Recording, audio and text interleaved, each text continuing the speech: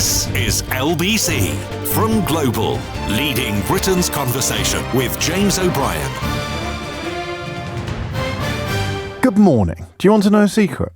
I have an obsession with themes or umbrellas. Not literally. I've only recently taken to... How long do you usually hang on to the average umbrella for? How long do you manage to keep it for? Weeks, months, years? I don't think I've ever managed to hang on to an umbrella for more than about a month. First of all, I congratulate myself on managing and remembering to carry it around because it makes me feel like a grown-up. I'm so grown up. I came into work once and went, look at me, I've got an umbrella. I even have a little pocket in the side of my rucksack where I can tuck my umbrella. And the sort of sense of maturity that gives me is something I was quietly proud of. And then I noticed a month later, that umbrella that I had, which I bought from TK Maxx actually, they very cleverly put a few by the till. And you go, I'll just get one of those. And it disappeared. I just suddenly notice, I haven't, I must buy another one. Anyway, I digress. I mean umbrellas in terms of themes and topics and conversations. So if I came up with 10 ideas about what we could talk about together today, I'm fascinated by the idea that they can all be filed under the same heading. And I've got a new one that has popped up in the last couple of weeks, and it's not a happy one. I've got to be honest with you. You've heard Nick talking this morning about the dentistry crisis. Apparently, they're launching pop-up dentistry vans. I think the plan is to tie a little bit of dental floss or cotton around your rotten tooth, and then to tie the other end of it to the tow bar of one of these pop-up dental vans, which will then drive off 10 to 20 miles per hour, depending on whether it's in a built-up area or not. And hey, presto, the affected tooth is removed. They've come up with some very bad ideas, the Tories, but that one at least has the appearance of something that might work. So you've heard Nick talking about the dentistry crisis. Sheila yesterday touched upon, in fact, went into great detail on what the average subject of King Charles III could expect if they had just received a cancer diagnosis. It's grim stuff, isn't it? Do you know what the Mail does today?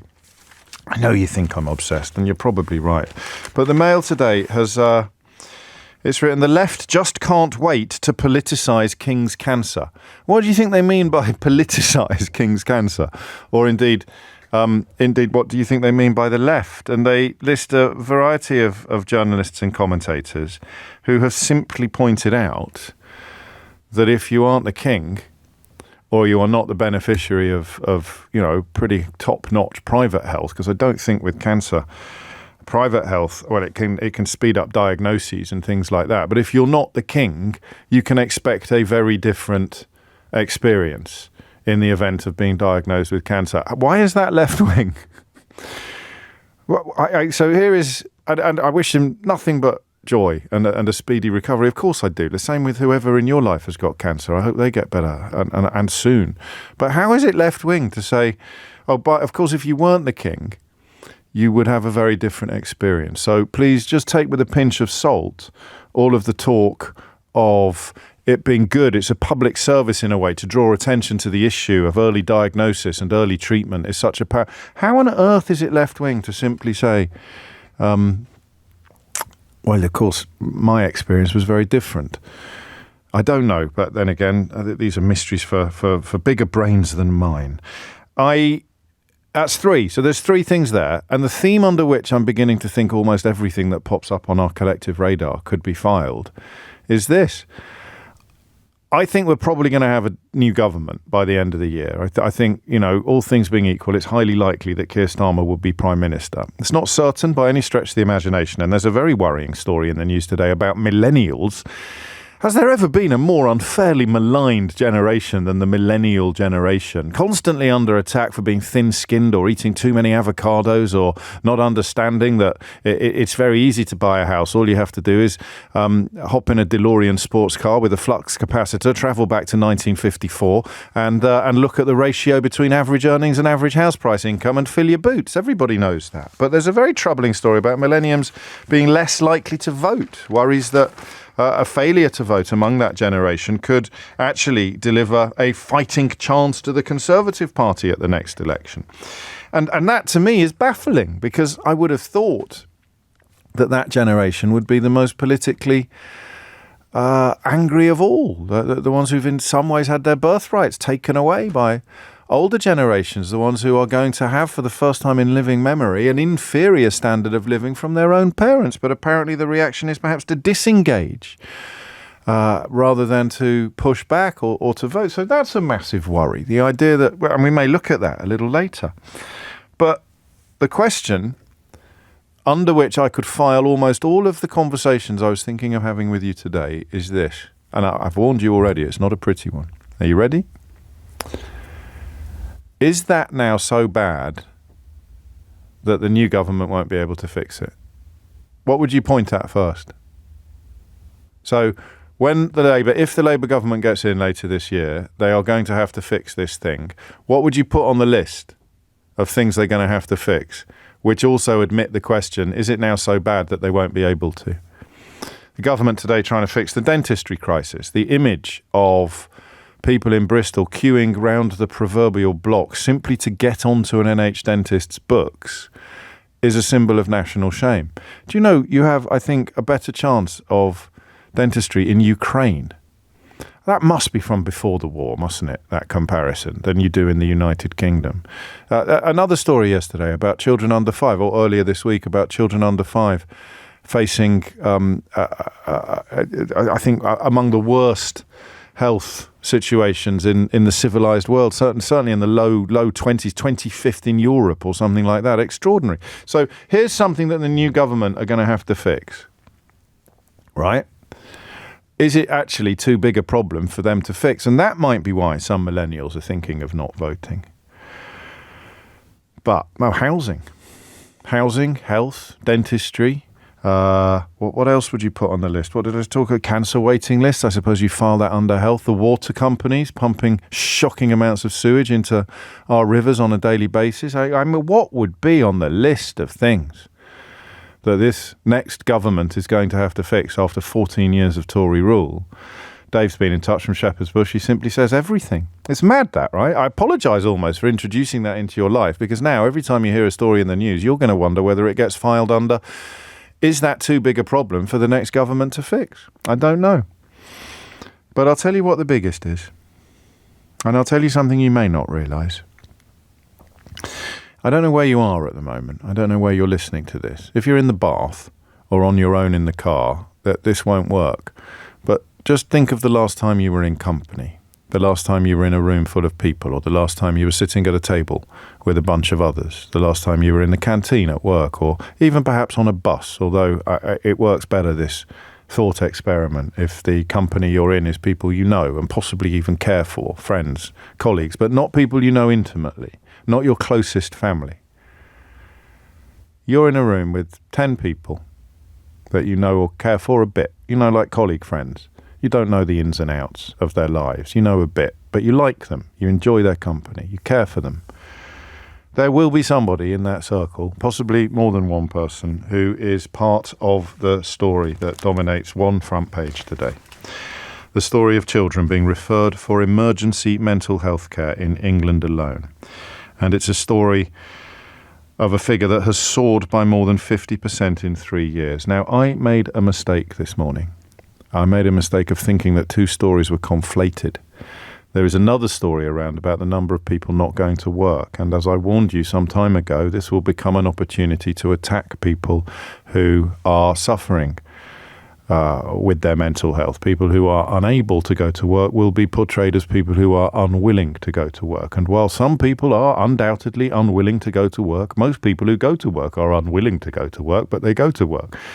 The difference between being unwilling and being unable is the difference between being cruel and being kind. Acknowledging the existence, if you must, of the unwilling, but please do not use them to malign the unable.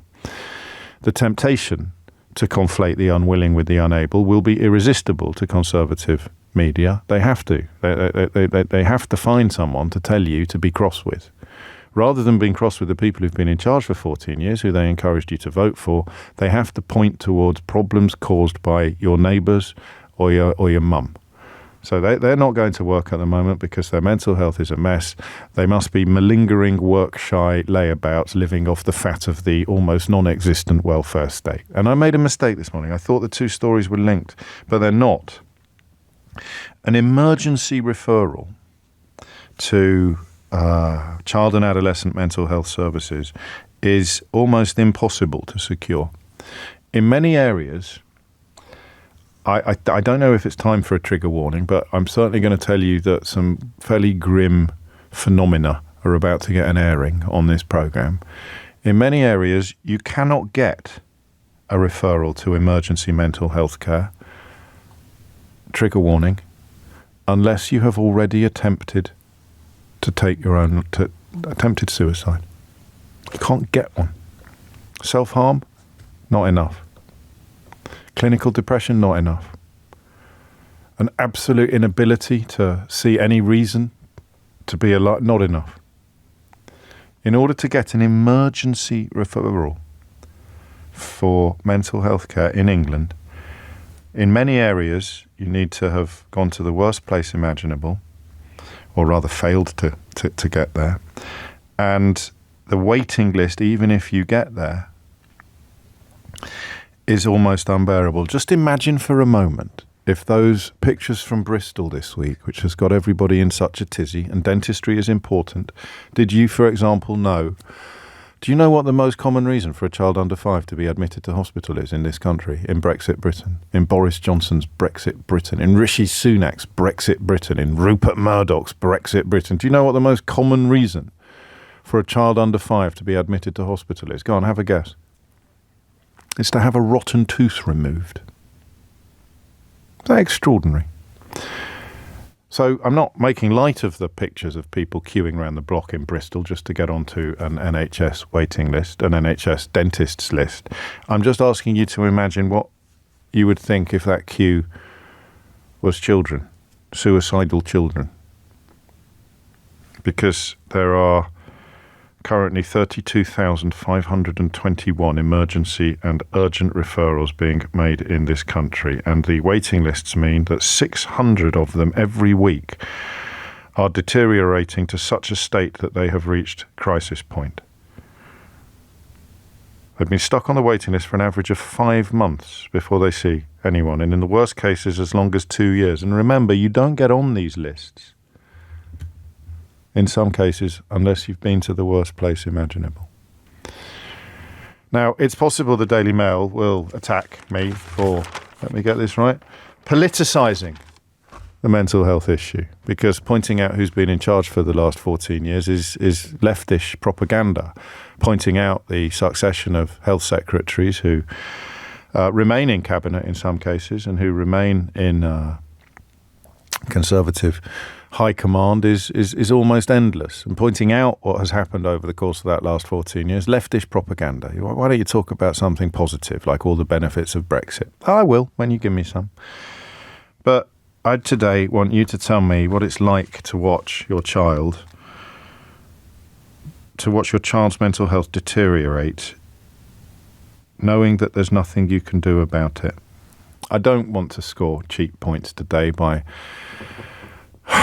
attacking elderly, privileged men, talking about how the younger generation should be more robust. I just find it so exhausting and so pathetic. It's exactly the same as elderly, privileged white men talking about the young black lad who's been stopped and searched 6 times in the last 5 months and never found once to have been committing any crime whatsoever. Right? So it's as if, and I am, I suppose, getting ever closer to being an elderly, white, privileged man. I'm white and privileged. I'm not quite elderly yet, but my goodness me, the sooner we stop letting those voices dominate the national conversation, the sooner we'll start being able to address problems like this.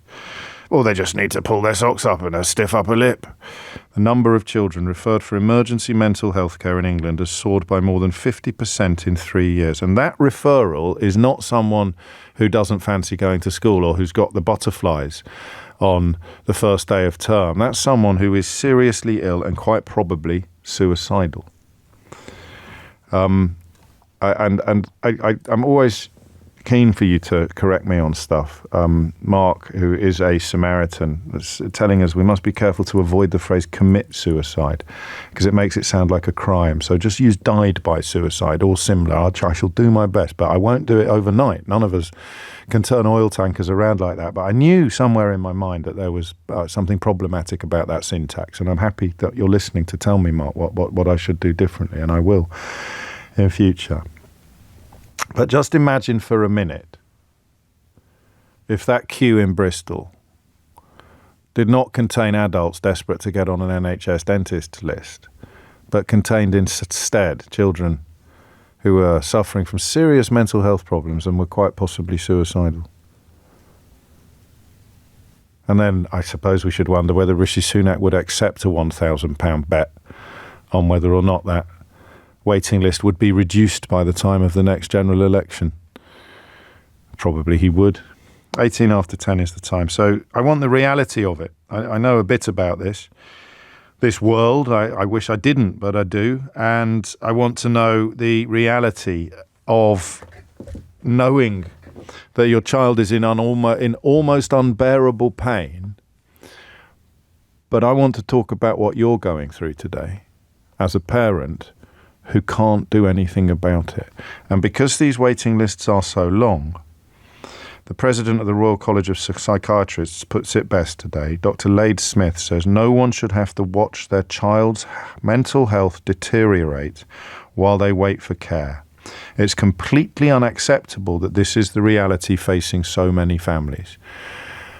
I want to know what it's like for mum today, and I want to know what it's like for dad. And I know that often you will think it's not about me, or I don't want to talk about my experience, or what I'm going through is nothing compared to what my baby girl or my baby boy is going through. But I want to talk to you today because I want to know what it's like for you. I want everybody listening to know what it's like for you. I don't want this to be a political platitude or a headline. I want the people that work with you who don't know what you're going through to have an idea of what you're going through. The people sitting around that table that we talked about earlier, the people in that canteen. Because whoever you are and wherever you are, if there are 10 people around you now, one of them will be involved in something like this. Hopefully not quite so far down the line that an emergency and urgent referral to child and adolescent mental health services has been made. But you won't know. They'll be like swans. On the surface, they will seem serene. And below the surface, their flippers are going haywire. And when they leave the house in the morning and they close the door behind them, they do man up. They do gird their loins. They do stiffen their sinews and their upper lip, which means that by the time they get to your place of work or your school or even just meeting for a coffee, they're not giving you. You don't know. So today I want you to tell them what it's like. 034560 60973. No one should have to watch their child's mental health deteriorate while they wait for care, says the president of the Royal College of Psychiatrists. But they are having to do that. You are having to do that. And I want you to tell everybody else what it's like. Okay? Thank you. It's 10:21. James O'Brien on LBC. James O'Brien on LBC. It is 24 minutes after 10. Apologies, I went on rather longer than I expected, but as I say, I'm not sure. Well, certainly for people affected by this issue, there is no more important story under the sun. And yet yesterday, the kind of politicians that we spend a lot of time lambasting on this programme were queuing up to tell us that they're the ones we should trust with getting everything sorted out. 14 years in power, and Liz Truss still trying to blame everything on the tofu-eating wokarati. Craig's in Norwich. Craig, I'm sorry you can ring in on this topic, but what made you pick up the phone? It's just the things that are happening at home with my daughter. She's 14 and a half.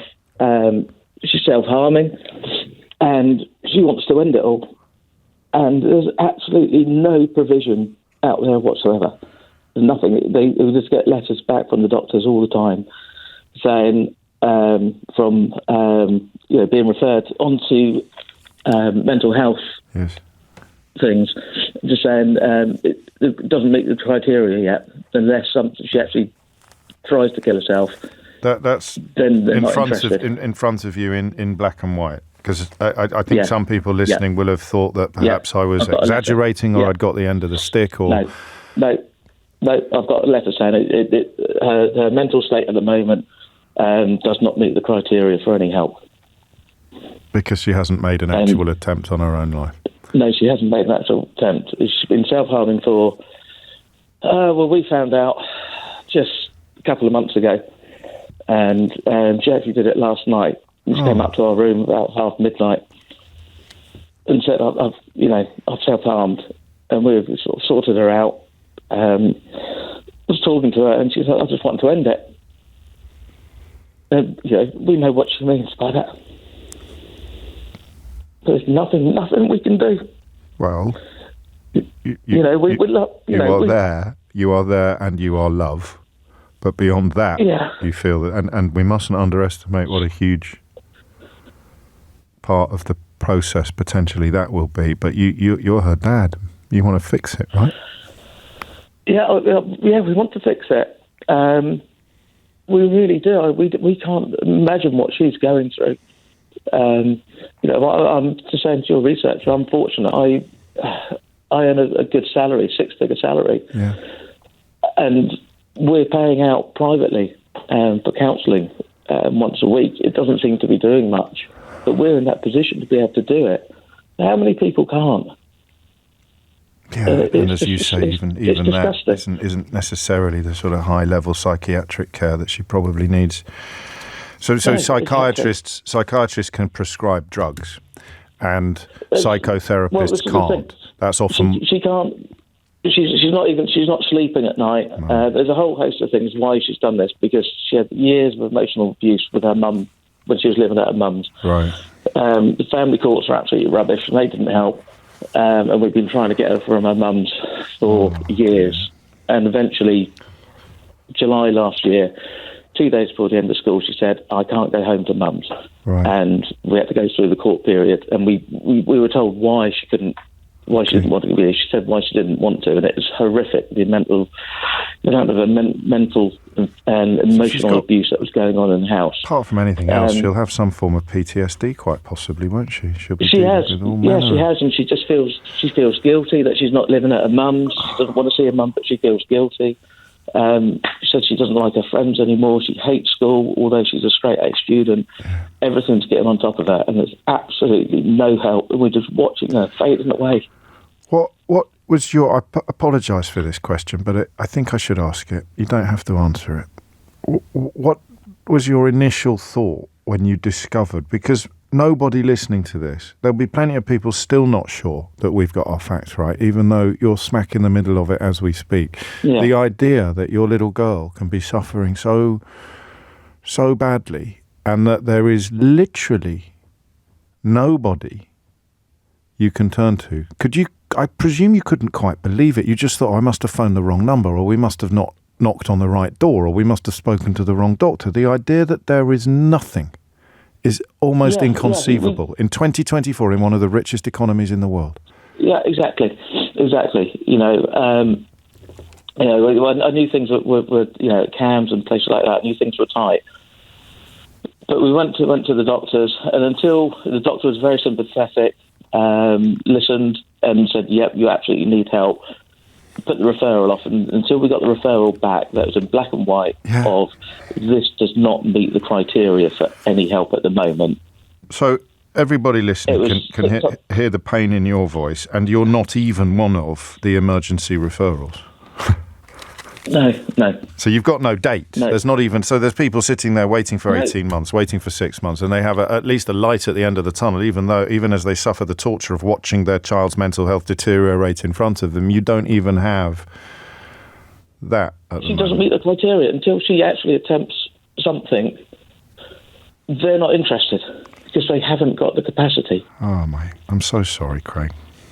And it's awful for my daughter. It's awful for us. I'm about to go off to work. Yeah. I work abroad. My wife's a nurse, so she's stressed to high heaven in an underfunded department. We've got 2 other kids. I've got 2 stepkids. They don't know anything what's going on, apart from something's going on. Yeah. They're younger, are they? They're 12 and 10. Okay. We don't want them to know, and my daughter doesn't want them to know. Just the pain that she's what's going on, but this just changes the whole family dynamics because everyone is walking around on tenterhooks, on eggshells. I go away to work. I'm away for 3, 4, 5 days out of the country, come back. I'm dreading. Every time I go to work, I'm dreading getting a phone call from my wife. I'm going to read you something from someone who I know knows what you're going through. All right, and you may already have heard this advice, and it's not much, but I will vouch for this person. All right, and they say ideation can't be fixed. In my experience, it just gets put off and put off and put off. In that moment, instead of reaching for sharps, try to get her to squeeze ice cubes. It provides She's done that. She's tried it. I thought you were going to say that. It hasn't worked. She's tried it, and I asked her yesterday when she came up at half midnight, 1 in the morning. I said, "Did you not? What about the ice?" She said, "It doesn't work. It's not enough." No, to take her brain out, as it were. Yeah. Mate, I wish there was more I could say. It's just disgusting. Yeah, what's going on in this country? It's just disgusting. And I guess the only way that things improve is conversations like this reaching parts that they're not currently reaching. But I send you all the love, mate. I really do. Everybody listening does. And I wish there was more I could say about what you might do to improve things. But the whole point of this dismal story, not just Craig's, but the whole topic, the whole point is that this is it. This is the reality for thousands and thousands of families. And remember, this is a story about referrals soaring by more than 50%. And listen, I've got no beef with you if you thought I was exaggerating or if you thought I must have got my facts wrong. It's happened before. But the very first caller, the very first dad, the very first parent, smack in the middle of the scandal that I described. You can't even get one of these referrals with its 18-month waiting list in some cases unless your baby girl, your baby boy has already gone to that place that Craig's girl thankfully hasn't gone to. It's 10:33. Thomas Watts has the headlines. James O'Brien on LBC. James O'Brien on LBC. 10:37 is the time. You see what I mean about problems being so... And this is such a failure, a deliberate failure, I think, of media. Well, what are they trying to get you angry about today, I wonder? I genuinely wonder. I don't think I've even checked.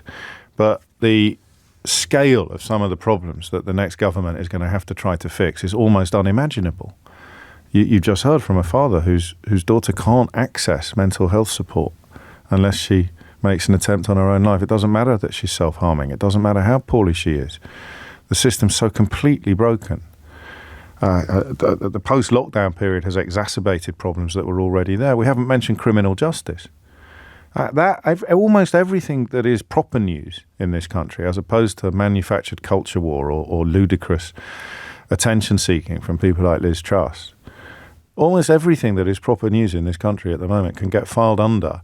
I don't even know how the next government is going to begin to try to fix the problems that they're going to inherit. And yet, to listen to most Tory broadcasters or to read most Tory newspapers, you'd think that the biggest problem the country was facing was... I don't even know what they're going for at the moment. Oh, Prince Harry only spent 45 minutes with his dad yesterday. I even thought, because you remember the Daily Mail has said, why are the left politicising King Charles's cancer? You say, what do you mean by politicising? Oh, it's just pointing out what the waiting list is for the average subject of King Charles. It's not politicising and it's not left-wing. You know, Tories get cancer too. I don't know whether you knew that. But I've seen there's quite a lot of weirdos now making a living on these new channels. An extraordinary amount. I know I saw one of them this morning. It somehow crept through my Twitter portcullis. One of them suggesting that part of the reason Prince Charles has got cancer is the stress of having to deal with Prince Harry and his wife. Now, I got a message off a mate of mine, which I didn't share with you yesterday because I thought it was a little bit close to the bone, but it made me chuckle. And the message said, I can't believe Meghan has given Charles cancer. And, it's a bit of a wincing gag, isn't it? It's a bit of it doesn't actually have a victim, that joke, except the people that try to blame Meghan Markle for everything from trying to poison her bridesmaids at her wedding by having a flower in her bouquet identical to one that Kate Middleton had in hers, or somehow her fondness for avocados is a cause of gang warfare in South America, both of which have appeared in the British media. But I can't believe that Meghan has given King Charles cancer. It's quite a good, albeit fairly edgy gag. And then it ceased to be satire. earlier this morning when I saw someone literally suggesting it on I forget which one of the new strange new television channels it was. It's mad, isn't it? And yet the real news is sometimes it feels too terrible to talk about, not least this one. What's it like to watch your child's mental health deteriorate knowing that there's nothing you can do to help, up to and including taking them to the people we pay our taxes in expectation of treatment from? Leanne's in Bournemouth. Leanne, what would you like to say? Hi. Hello. So, I mean, I can tell you it's horrendous. It's just awful. My daughter is 14 now, and this started when she was 10. And going back all the way, it's just she's been let down every step of the way. You know, when she was in primary school, it was suggested that she was autistic. Right. But CAMS had closed their waiting lists then, so you couldn't get a diagnosis unless you went privately, and even then the waiting lists are a long time. And she was okay. We thought, well, you know, she's autistic, but she's okay. And then she wasn't okay. Her first lockdown happened and she was in year 6. And she just started to withdraw. You know, she stopped smiling, she stopped laughing, she cut off all her friends. And we contacted the GP, we contacted CAMS. Yeah. And no, you know, she's, you know, there was no help. So she started secondary school. And day one, she had a mental breakdown. She just walked into that hall with all the 200 and something year 7s and said she wanted to die. And then the self-harming started every day at school. She said that she would come out of school and she wanted to just throw herself in front of the car. And you know, we kept on asking for help. It wasn't until she actually did attempt suicide that we did get a referral to CAMS, even with all the self-harming and the not being able to go into school. But then the second lockdown happened. And we were still on the waiting list for CAMS. And we were finally given an appointment, but it was going to be, I think it was 6 months wait. I'm going to pause you there if I can, because I want you to talk about you a bit. I want you to tell me what that's like, because there is a presumption, and I don't think it's a naive presumption or an optimistic presumption. There's a presumption that when you see the pain your child is so obviously in, there must be a safety net, right? There must be help. Absolutely. You feel help. You feel hope. You think that the school will help, and the school was saying, you know, we've seen kids like this before. It will be absolutely fine. Right. You know, just keep getting her in. Keep getting her to the gates, and then we'll get her in.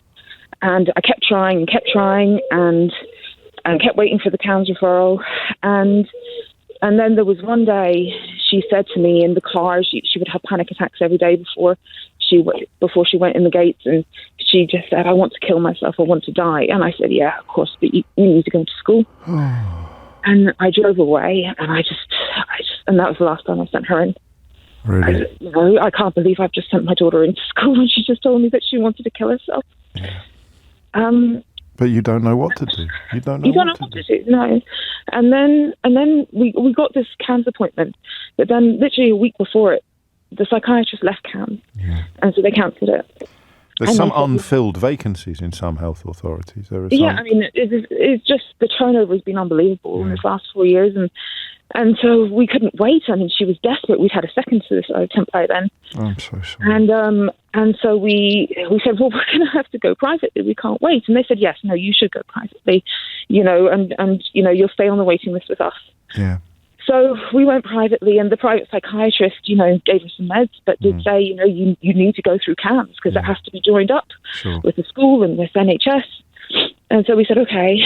But then we went back to CAMS, and they said, well, you're not a priority anymore because you've been a private psychiatrist. And then she started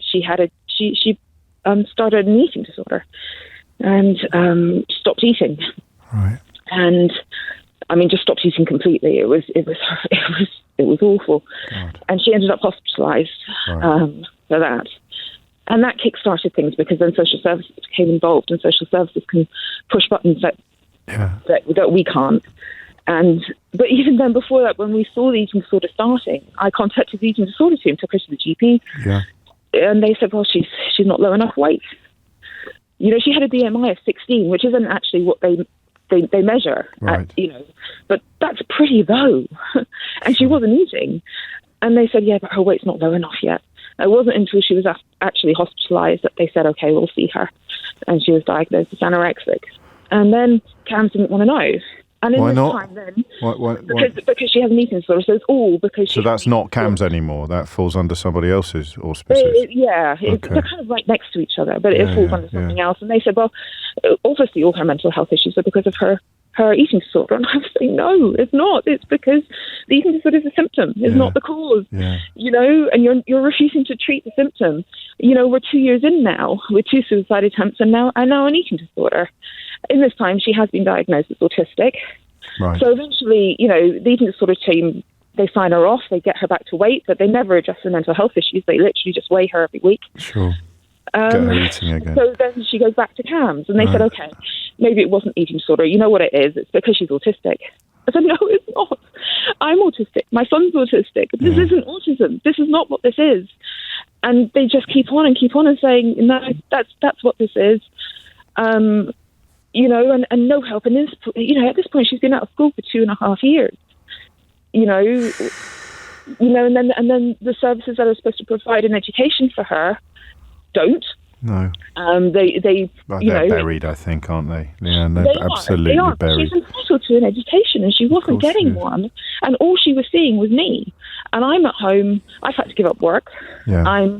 I'm her mental health nurse, which is a very sort of supportive type role, but then I'm also her eating disorder person, which is a very dictatorial role. Sure. And then they also want me to be her teacher. I can't do that. And her parent. I can't be all of those people to her. You know? And yet you have to try, because there is no alternative. Yeah, you have to try because there's no alternative and there's no help. And at this point, she's giving up. She says, there's no hope. Nobody's helping me. She gets angrier and angrier with each medical appointment, with each person she has to see, because they end up not helping her. And then they end up leaving the service. And it chips away at any semblance of optimism that she's managed to hang on to, any sense of light. Nobody's going to help me. All these people, they don't care about me, you know, and it's hard to disagree with her. Yeah. Because they're not helping and they don't seem to care. And eventually I said to the CAMS psychiatrist, you know, and you've got to remember at this point as well, all of her disorders are dealt with by different people. Yeah. You know, so none of it is joined up thinking. And none of it can be. And this is where you are now. This is what you're in the middle of now. Well, finally, I mean, they said, well, if you want a second opinion, if you don't think it's just autism, you have to get a second opinion. You have to go privately. I said, fine. Sure. But no private psychiatrist would see her. Really? Because she's too complex. Because she has an eating disorder, she's autistic, and she's suicidal. Right. So then they said, but what you should be doing is asking for a tertiary referral to a psychiatric hospital in London. Yeah. But CAMS had never said this was an option. When I went back to CAMS and said, can I have this? They said, oh, yes, you can.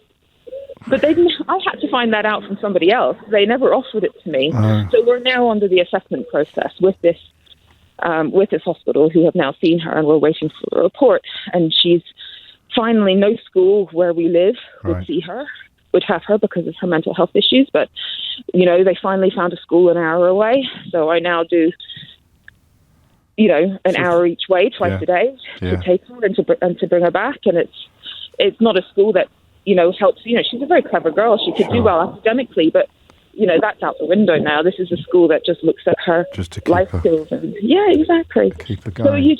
So things are a little better than they were, but not on anything like the scale that you might reasonably have expected. And I know it doesn't feel like it to you, Leanne, but you've actually had more help than a lot of the parents getting in touch with me today. But it's, as you say, it's sclerotic, it's disconnected, and sometimes it's unhelpful, and they're not telling you about stuff you can get. But again, that sense, as with Craig, it's that presumption, that perfectly normal presumption. Imagine if you broke your leg and you turned up at hospital and they said, oh, sorry, we can't see you until you've broken the other one. That's what we're talking about here. Or we can't see you until you've broken both your arms. Just that completely, what's the word I'm looking for? Completely casual presumption that the help will be there when you seek to access it, and to find out that it isn't. I'll read one message quickly. Actually, I'll do it after the break. That conversation has understandably gone on a lot longer than we scheduled for. Leanne, love to you all, and take care. And I know it doesn't feel like it, but deep down you know she's lucky to have you in her corner, and God knows where she'd be if she didn't. James O'Brien on LBC. James O'Brien on LBC. It's 10:54. A couple of things. Almost all girls, you've noticed, and the same is reflected on our switchboard, which is the second of the couple of things I wanted to tell you. You know, I tease you sometimes about how easy it is to make the phones ring. You just say something about parking tickets, or is there anybody old out there feeling poorly, or on immigration, isn't it awful? And the phones will ring off the hook usually. But if it's a very specific inquiry about people going through a very specific experience, sometimes you only need 3 or 4 calls. It breaks my heart to tell you that, as you may well have discovered yourself already, you can't get through to the studio at the moment for love or money. And every single person getting in touch is ringing in with an experience like the ones we've heard, not with an opinion or with some advice about pulling your socks up and being more resilient. They're ringing in with tales of unimaginable horror and pain. And the reason I mention girls is because I think boys find it even harder to come forward and tell their family. So suicide statistics among young men and boys are shocking and measurably higher. And I'm not an expert, and I hesitate even to dip a toe into the world of analysis in this field, but I think that's probably not a coincidence. I think the fact that girls can and are raised often to talk about their feelings when boys aren't probably explains the disparity in both suicide statistics and the conversations we're having today. I'll read this from Jamie, who's in Tunbridge Wells, because it's the closest we'll get to uplifting, I think. My wife and I are going through exactly what your first caller is going through. Fortunately, we are at a stage where we can see light at the end of the tunnel. The only advice I can offer is don't measure progress in days or weeks.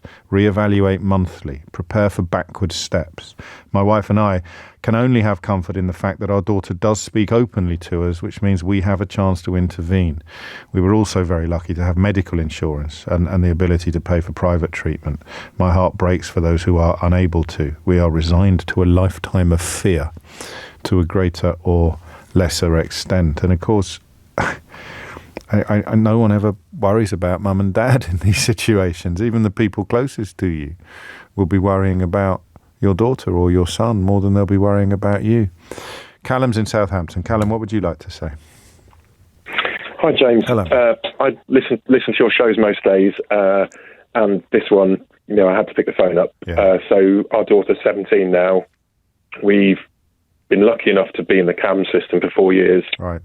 Since lockdown, when our daughter contracted quite a severe eating disorder. It's the worst thing that's ever happened to us, and you wouldn't wish it on your worst enemy. We saw her literally waste away in front of our eyes in the space of a couple of months. Good God. Resulting in hospital admission into general hospital, where her condition worsened because they just didn't know how to deal with someone in her critical situation. She then progressed to 6 months inpatient care in a specific eating disorder unit, and we got her home in March 2021, right. And then have literally been under the CAM system and fighting with the CAM system ever since. And I can completely relate and feel for everyone that you've spoken to already, because we've been going through exactly the same. The terms that stuck out for a lady that was just on before me, are being told that your child, who had lost a third of her body weight and was close to dying, was almost not sick enough. And the fact that it's still, there's quite a big campaign going on about it, especially relating to eating disorders. Right. Excuse the specifics, that they use BMI as a triage tool for treatment of people with eating disorders, where eating disorder is a mental health condition. So they're using a physical attribute to decide whether your child is actually going to get support or not for a mental health condition, which is... Yeah, I suppose it's easier to measure, isn't it? But not in a way that's helpful for anybody involved in the process. And listen, if there's finite resources, this is the thing about CAMS, and probably the reason why people why the turnover of staff is so high, because it must be almost unbearable for them to do what you're describing, where they have to tell people, no, you do this job, you train to treat, and then you're telling people you can't help them because you're not sick enough. Exactly, and we know for a fact, and one of the other points I was going to raise as well, I think that there's people in the CAMS system that are, well, we know one person in our area that was there at the start of our daughter's care, that she's actually left CAMS now through mental health effects of her own. Right. Because do you mean the worker house, the staff member? There's some very good people in the system, I think. Yeah. And they're at burnout point as well, because, if you're diligent and professional and you want to do a good job, if you're having to turn these kids away that, you can see that desperately need help. Well, it's traumatic if it's nothing else. Yeah. So they end up burnt out, their mental health suffers, they sign off sick, and then they open up their newspaper and turn on their radio to hear some Tory blowhard telling them to pull their socks up, stiffen up their lips and get back to work ASAP. It's an extraordinary vicious circle. Yeah, the situation we're in now, our daughter, we've gone through 3 suicide attempt situations. Two of them that have ended up with A&E visits. Yeah. Where A&E just, again, at the moment, they're not resourced to deal with mental health conditions. So they deal with the physical, and we get sent packing again. And the reason I really called in, the most damning thing that we've had to deal with is that the last time we went through that situation, the people in A&E put a referral into the CAMS crisis team, which are like the 999 side of CAMS, where you phone when you're in like an absolute desperate emergency. And it took 5 days for them to get in touch with us after this attempt. Because they're dealing with 5 days' worth of comparable emergencies, to be clear, isn't it? I don't think it's laziness. I know you're not suggesting this, but just for the benefit of the tape, it's because they're dealing with 5 days' worth of comparable situations. And because the 5 days was because they sent us a letter. Oh, God. It wasn't a phone call. It wasn't an email. Yeah. It was a letter. They'd come through the post. You're like, this is supposed to be an emergency service of all emergency services. Yeah. So they don't help themselves in some instances. No, I take your point. And I mean, the system is not designed by the people who are trying to run it, is it? But so are you in a better place now, mate, or are you still taking it one step at a time? Well, we're pretty much like the guy that you read his text out, that we are... You're almost sat around... You're resigned that this isn't the end of it, and you've kind of just sat around waiting for something else to go wrong, waiting for the next episode. Yeah. Well, good luck. Rarely have those words sounded less adequate. Last word on this to Anne, who's in Bristol. I can't call you today, but I can describe the trauma of that CAMS letter that you are so desperately waiting for to drop through the door to tell you that your precious child is not ill enough. You're left with fear, guilt, despair, and crushing loneliness. Thank you just for discussing it today. I wish I could do more. It's 11:01. And in the next hour, this is an extraordinary story that we have may have popped up as much as anything else over the last 20 years, but I can't remember an example as stark as this. 8 Metropolitan Police officers are under investigation after a child was stopped 6 times in 5 months with nothing criminal ever being found. I don't need to tell you the ethnicity of that child, but I do need you to tell me what that sort of experience does to a young black boy. James O'Brien on LBC. James O'Brien on LBC. 6 minutes after 11 is the time. I wasn't going to do this, but I think given the power of the last hour, and perhaps the need for at least a wry smile at the top of this one, before we get stuck into the story of the young man who has been stopped 6 times in 5 months by the Metropolitan Police, despite never once being found to have done anything criminal. I want to perhaps point towards why things like child and young adult mental health services are in such a mess. There are some obvious answers, such as austerity, cuts and crisis, a huge uptick in these sort of problems.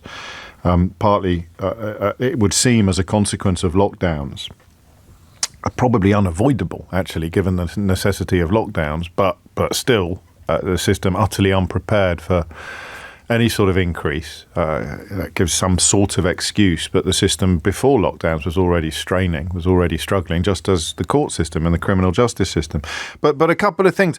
I've got a few clips for you. I know how much you like clips. So there was a bloke on Newsnight last night who's a former advisor to Liz Truss when she was actually Prime Minister.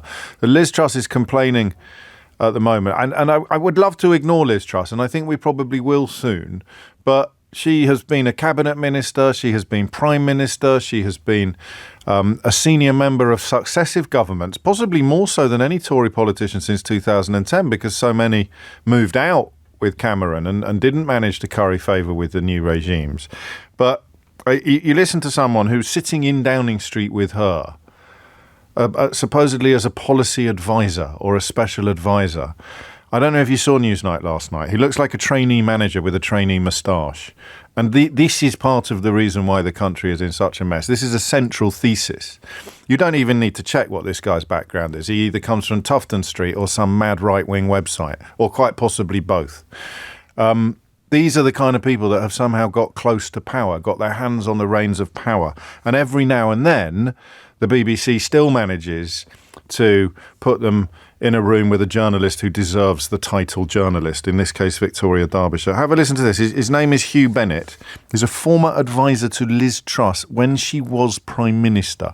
And this is the calibre of character that has been adjacent to power and advising power, while things like the dentistry crisis, the child mental health crisis, the cancer waiting list crisis, the water companies crisis, the NHS crisis in general, the criminal justice system crisis. You pick a crisis. These are the people who were supposedly charged with fixing it. Why should any voter listen to Liz Truss when she frightened the markets to such an extent that the pound fell against the dollar, sent mortgage rates soaring and forced the Bank of England to intervene to save our pensions? Yeah, well, look, I think when you look at what was said today, when you look at what the focus was of the event today, it was much less about, what are the short-term policies that we need to do now before the election. It was it's actually about whether people would listen to Liz Truss because of the disastrous 49-day premiership. Yeah, I mean, I think the thing with judging what Liz was saying is I think people should be judging her on what she said today. Not on her actual record in office.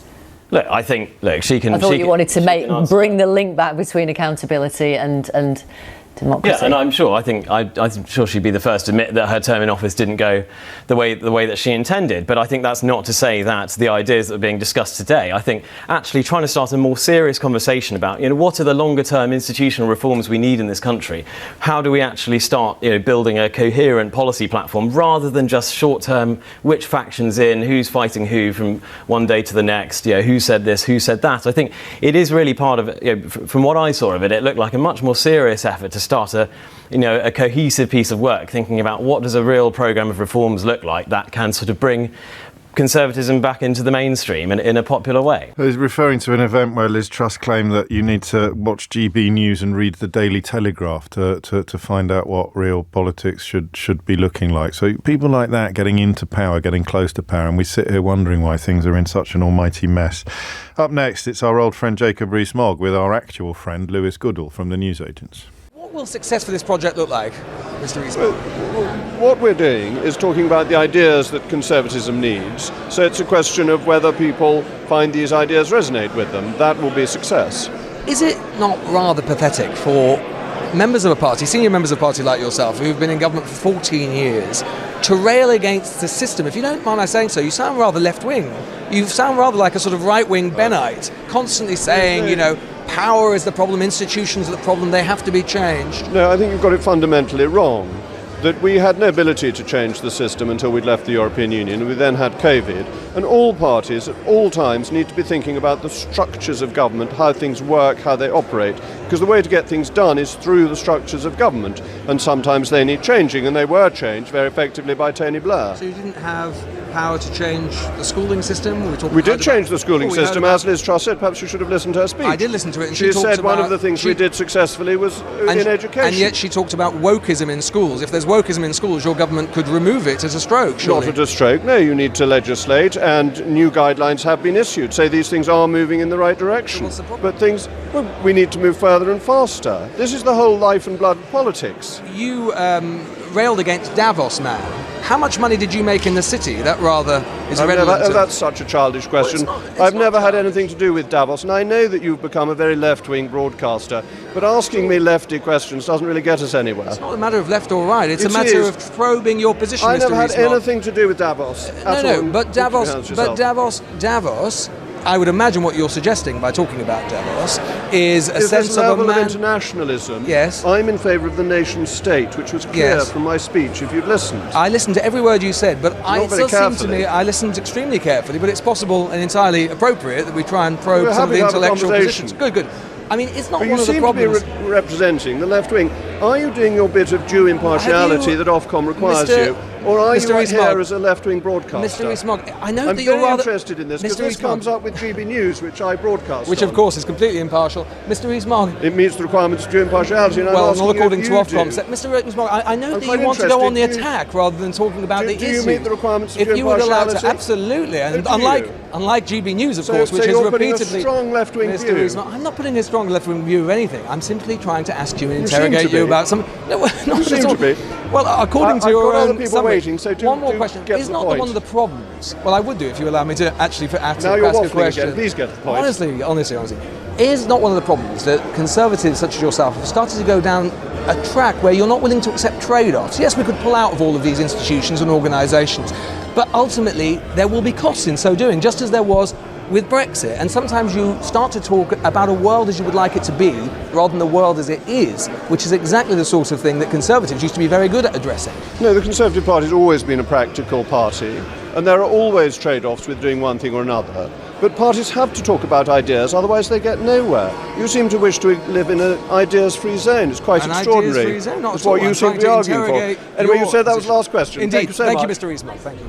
So just two examples there of what happens when these people encounter proper journalists, and two reminders of why they've now had to set up their own television stations, because they dream of a world where broadcast media will look and sound like the Daily Telegraph comment pages currently look. Listen, my job is just to warn you what's going to happen next. Thankfully, they probably won't be in power for a while, but the determination to create a world in which asking a question elicits an ad hominem attack, an accusation of political bias from somebody who works for an organisation that is routinely found to be biased, to be breaking impartiality rules. This is Kafkaesque stuff, and some people want it to happen. So just a heads up. James O'Brien on LBC.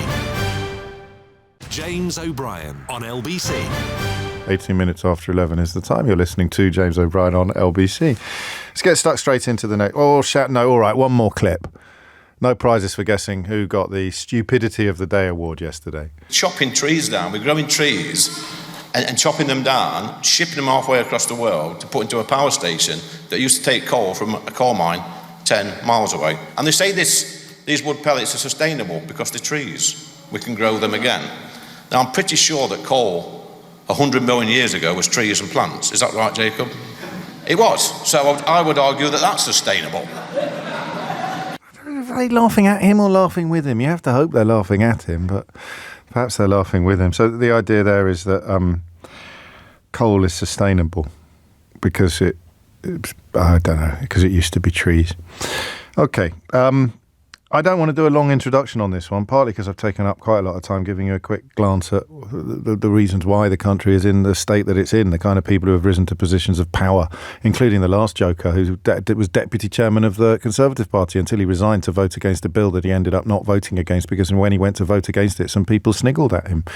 That's the calibre of senior Conservatives now. Rees-Mogg, of course, still forgiven everything because he sounds as if he's got 17 plums in his mouth, which in this class-riddled country, some people still mistake for intelligence.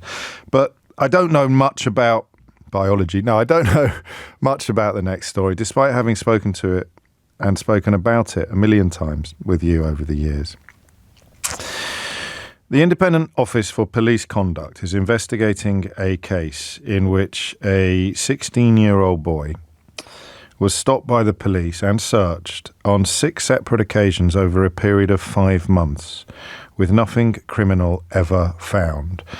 We know that the power is used disproportionately against black people, especially young males. We know that elderly, white, right-wing, privileged people have absolutely no problem with that whatsoever. We also know that there was a brief little window when they almost got it. I don't know if you remember this during lockdown, when people who were perfectly law-abiding and doing absolutely nothing wrong could be stopped by the police and ordered to prove that they were innocent. So there were tales of women being stopped in the forest when they were merely drinking a coffee, or heavy-handed police insisting that people who'd just gone for a walk made their address clear and made. Do you remember that? There was a little brief window where the police turned their attention to middle-class promenaders and demanded that we prove that we were innocent of any crime, despite there not being really any grounds to suspect us, except the fact that we were guilty of being where we were. I don't know if you remember, we took a call from an amazing policewoman. She said, everybody loves the police until they're the ones being policed. I said 2 things to you during lockdown, which in retrospect look incredibly naive. The first was, I wonder whether furlough will make right-wing blowhards think a little bit more about state support for people. Now that they actually need state support and the government is providing it on a scale that would make the Russian Communist Party look on with envy, the government is pumping money into people's pockets in order to keep the country afloat. I wonder whether right-wing blowhards will, after lockdown, after furlough, adopt a slightly different attitude to the notion of the state supporting people and institutions through tricky times.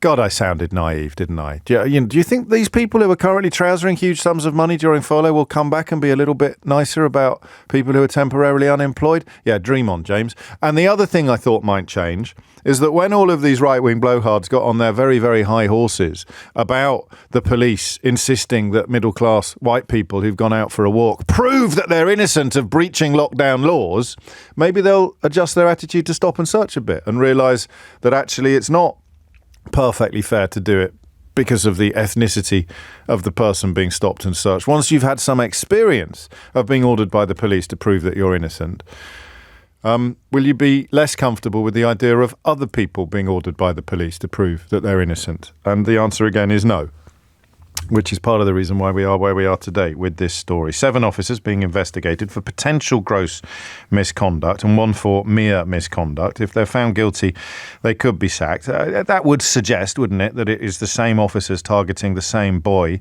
for whatever reason. One stop took place outside his mother's house, another outside his grandmother's house, another in a chicken shop, another by Tottenham Hotspur Station. And on not one of these 6 occasions in 5 months was anything criminal ever found. So the accusation would clearly be that it is being used as a tactic of aggression against an entirely innocent young man. So what's that like?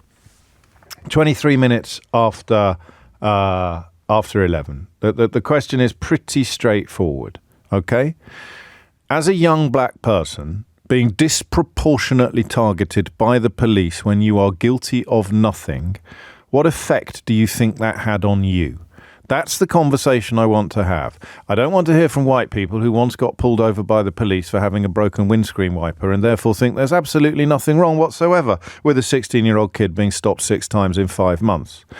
I want to hear from people who were routinely stopped for being black in Britain in the 20th and 21st century, and I want you to help me understand what that does to you. What that does to your relationship with society, to your relationship with your peers, and crucially to your relationship with the police. Because one of the great mysteries of our time is, well, for smug middle-class white people like me who look on in confusion, is why a certain type of crime receives so little assistance from a community when the police start investigating it. The notion of being a grass goes back to the days of the Cray twins and beyond. But we know that the police, when they're investigating perhaps the killing of a black teenager, cannot rely upon the same levels of cooperation from that teenager's community that those of us on the outside looking in would expect to be a natural progression. So what I want you to tell me is what it does to you, what it does to your relationship with the police, with society, or your attitude to life in general. That's all, okay? Hit the numbers now, you will get through. 0345 6060 973 is the number to call. The crucial word here is disproportionate. Everybody adjacent to power for the last 14 years and quite possibly beyond has been perfectly comfortable with the idea that because there are certain types of crime are disproportionately committed by people from certain types of background, therefore everybody from that type of background can be called upon to prove that they are innocent. And the madness of that, the blithe way in which that opinion is shared on radio stations and TV stations and newspaper columns is absolutely extraordinary. And every now and then the Daily Mail will find a black person to come forward and get paid to write about how they're completely comfortable with this idea, despite the fact that it's never happened to them. Or perhaps they'll even hit the jackpot and find a black person who has been stopped and searched, despite being completely innocent, to write about how they're perfectly comfortable with the practice because it's the only way that, I don't know, sense will ever be seen. But pause for a minute. If you need help getting it into focus, as a listener rather perhaps than a contributor, think about lockdown. Think about the absolute outrage that accompanied the idea of a completely innocent and blameless middle-aged woman being stopped by the police while going out for a walk in a woods with a friend and being called upon to prove that she wasn't breaking lockdown laws. And ask yourself why there would be outrage about that when some people will be queuing up already to argue that stopping a 16-year-old 6 times in 5 months with nothing criminal ever being found, stopped, it would seem, by the same officers on the same patch of North London, well, that's absolutely necessary. And that young man should really just realise that this is a contribution that he's making to the betterment of society as a whole. So what does it do to you? What does it do to you? And if the minute that the Metropolitan Police is found repeatedly to be guilty of institutional racism, then we'll talk about white people being stopped and searched as well. But we're discussing 2 words here, 3 words really, disproportionate and institutional racism. So I can't really explain that anymore clearly if you're, I'm just having a quick glance at Idiot's Corner. When the Met is institutionally racist against white people, there'll be a conversation to be had about the impact that the examples of that institutional racism has upon the victims of it, champ. Until then, we'll conduct the conversation in this fashion. 8 officers. Investigation after a black child was stopped 6 times in 5 months. What will that have done, in your opinion, because you can't know, you're not a mind reader and you're probably not a psychologist either. What will that have done to that child, to that 16-year-old? 15-year-old, presumably, when it started. Hit the numbers now, you will get through. 0345 6060 973 is the number you need. And I think what I need to stress is that for you, it's relatively normal. Do you know, 20 years ago, this probably wouldn't even have been referred to the Independent Office for Police Conduct. What I'm conscious of, and this is what white privilege sounds like, I have no idea what that would be like. Absolutely no idea at all. If I were to make excuses for right-wing blowhards claiming that it's absolutely fine, they do so not necessarily from a position of callousness. They do so from a position of really weapons-grade ignorance. You have no idea what that would be like. So I imagine being stopped by the police and searched, despite the fact that I've done absolutely nothing wrong. And I think, well, that's fine. I'll empty my pockets and I'll go on my way. And I probably won't ever have another encounter with a police officer again, unless I'm the victim of crime. But 6 times in 5 months? Or twice in a year? Or 10 times in your 20s? I mean, that is something that is utterly incomprehensible to those of us who haven't gone through it. And so that's why I want a little bit of help in understanding the impact that it has, the difference that it makes. And you may not even know. You may only sort of work it out when you look back and think to yourself, actually, do you know, if I'd never ever been stopped and searched despite not having done anything wrong, I'd probably feel very differently about the police in particular and about my society in general as well. 0345 6060 973 is the number you need. Thomas Watts is here with your headlines. James O'Brien on LBC. James O'Brien on LBC.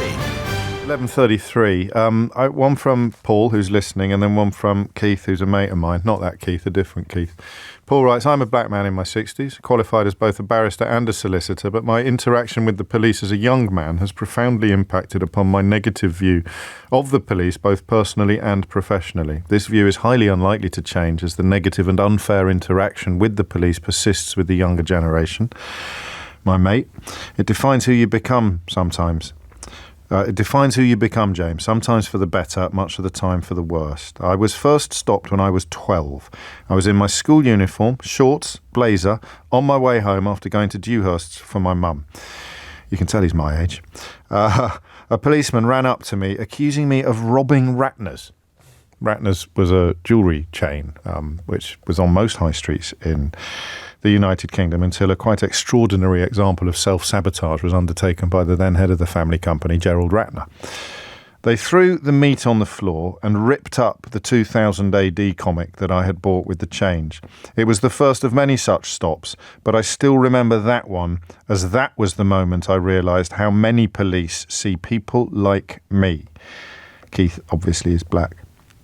I'm sometimes told I have a chip on my shoulder, but if I do, it was that policeman who used the first chisel on it, and hopes that these days were behind us, perhaps diminished, if not dashed, by news today that 8 Metropolitan Police officers are under investigation after a black child was stopped 6 times in 5 months. Just imagine it with your child coming home. I've been stopped by the police again today. Just imagine it, just for a minute, if you can. That's all. And hopefully by 12 o'clock today, when PMQs will be underway, don't forget, that should be a good one today. I wonder if Keir Starmer will bring up that disgusting bet that Rishi Sunak accepted. I don't know. We shall see at 12-ish. By 12 o'clock today, you won't have to imagine what it's like. Rob's in Brixton. Rob, what would you like to say? Hello, James. Hello, yeah, this is one quite close to the bone for me, especially as it does quite outrageous that 6 times in 5 months is a lot. Still going on. I think 20 years ago we wouldn't have been that shocked, would we, by that statistic? But... Well, yeah, I'm 36, and that's what I've black from Brixton. I've lived in Brixton my whole life, and it wasn't a lot back then. That was perfectly normalised. I got searched that many times in 2 months, in 1 month, and on one occasion by the same copper who used to come around and grab us. Because he could. I think we'll never know. I mean, sometimes it was different ones, sometimes it was the same one. We put in a complaint about it eventually, or some of our parents did, and he just got moved into a different borough or something. They just moved the problem away. What does it do to you? What does it do to you? Well, that's the other thing I wanted to contextualise, because coming up in the 90s in Brixton, there was a lot of gangs around. I mean, there's still some, but it was feral back in those days. And yeah, we used to go out with our skateboards and whatever, and we'd be scared of a gang jumping out of a corner, or pulling up in a car, sticking up us against the wall, and going for our pockets. That's exactly what the coppers were doing. So there was essentially 2 gangs in our area. Oh, wow. Yeah, it's just one of them gave you a receipt after they went for your pocket. And presumably didn't keep anything they found that they quite like the look of. I'm not being They didn't find anything. They didn't find it. No, I know they didn't find anything, but yeah, if the gang had done it to you, they might have kept your pocket money or something like that. Which they were going for the phones. Yeah, they kept the phones. Sure. But it was the same fear. I guess that's what I'm getting at. It's the same apprehension. It's the same trepidation about leaving the house and thinking, okay, what's going on? And it just leaves you with the idea. I mean, I'm not going to call on a gang for help if I get in trouble, or if I see some trouble or something like that. But I'm expected to call the police if there's a problem. I mean, black men my age, it's the last thing we do is call the police unless we absolutely have to. Because we're scared, there is a fear that, well, this could go the wrong way. This could end up on me. You know what I mean? If I say something wrong, if I'm too angry about this, I got hit by a car off my bike. I'm I got shoved to the ground by the copper and told to shut up and go home because I was too angry about being hit off my bike. Really? I was livid. I wasn't screaming, but I was pretty upset that this driver had, So you smashed up my bike. Regardless of what you do with your life or where you go, you can't move on from the place where the police were a threat to you. No, I mean, they still are. Like I say, I'm a professional 36-year-old man. I work in the NHS in healthcare. I do everything. I'm not in any way involved in anything that would make you, curl your toes.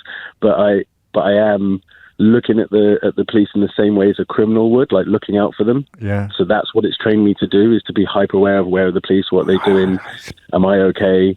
Have I, and this is a problem. How am I talking? What I'm trying to communicate today with your help is that this is a problem for all of us. This is something that it's generational, isn't it? It's intergenerational. The police are supposed to police with consent, and they can't have your consent if you're fearful of them, if you see them as a threat.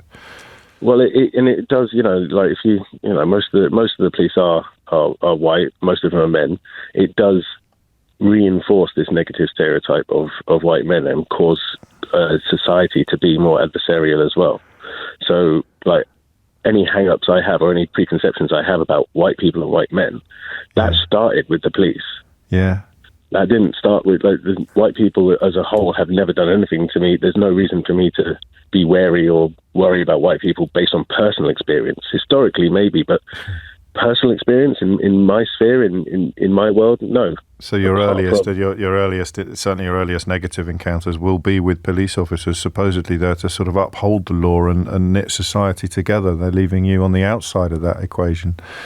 I will. You get resigned to the fact at some point in life, and you go into adulthood, and you resign yourself to the fact that the police are for somebody else, not for me.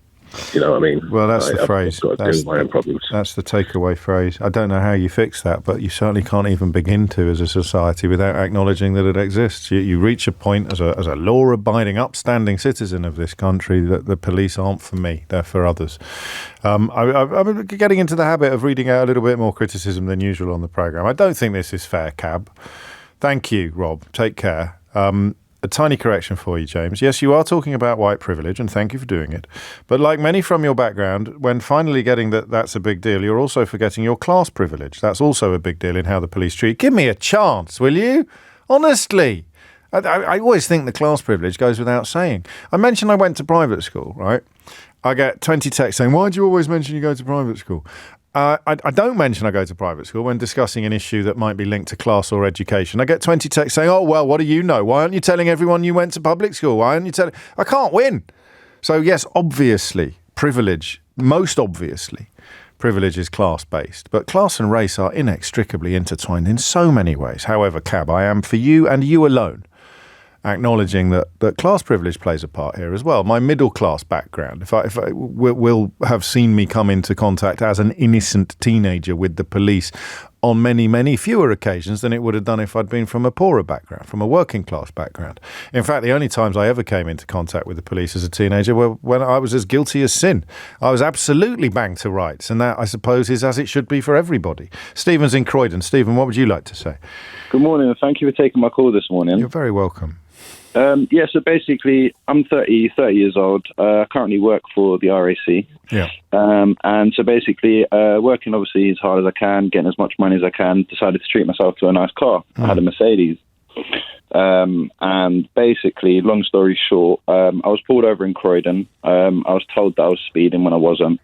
I'm not known to the police, never have done. I work a good job. RAC is quite a high-profile job, so I would never risk something like that. Indefinite, they pulled me over.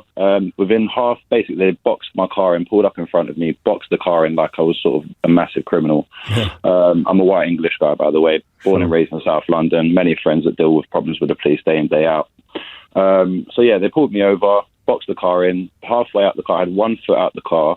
They managed to put 1 set of handcuffs on the right wrist, 1 set of handcuffs on the left wrist, pointed a taser at my face. So obviously at that point, I was really, really scared at this point. I was like, I've seen videos on the internet of people getting tasered and stuff, and I was absolutely pooing myself at this point. So they dragged me to the side of the road, said to me that it's a high drugs area. There's been a fight by KFC. 2 people have made off on foot. They think I'm involved.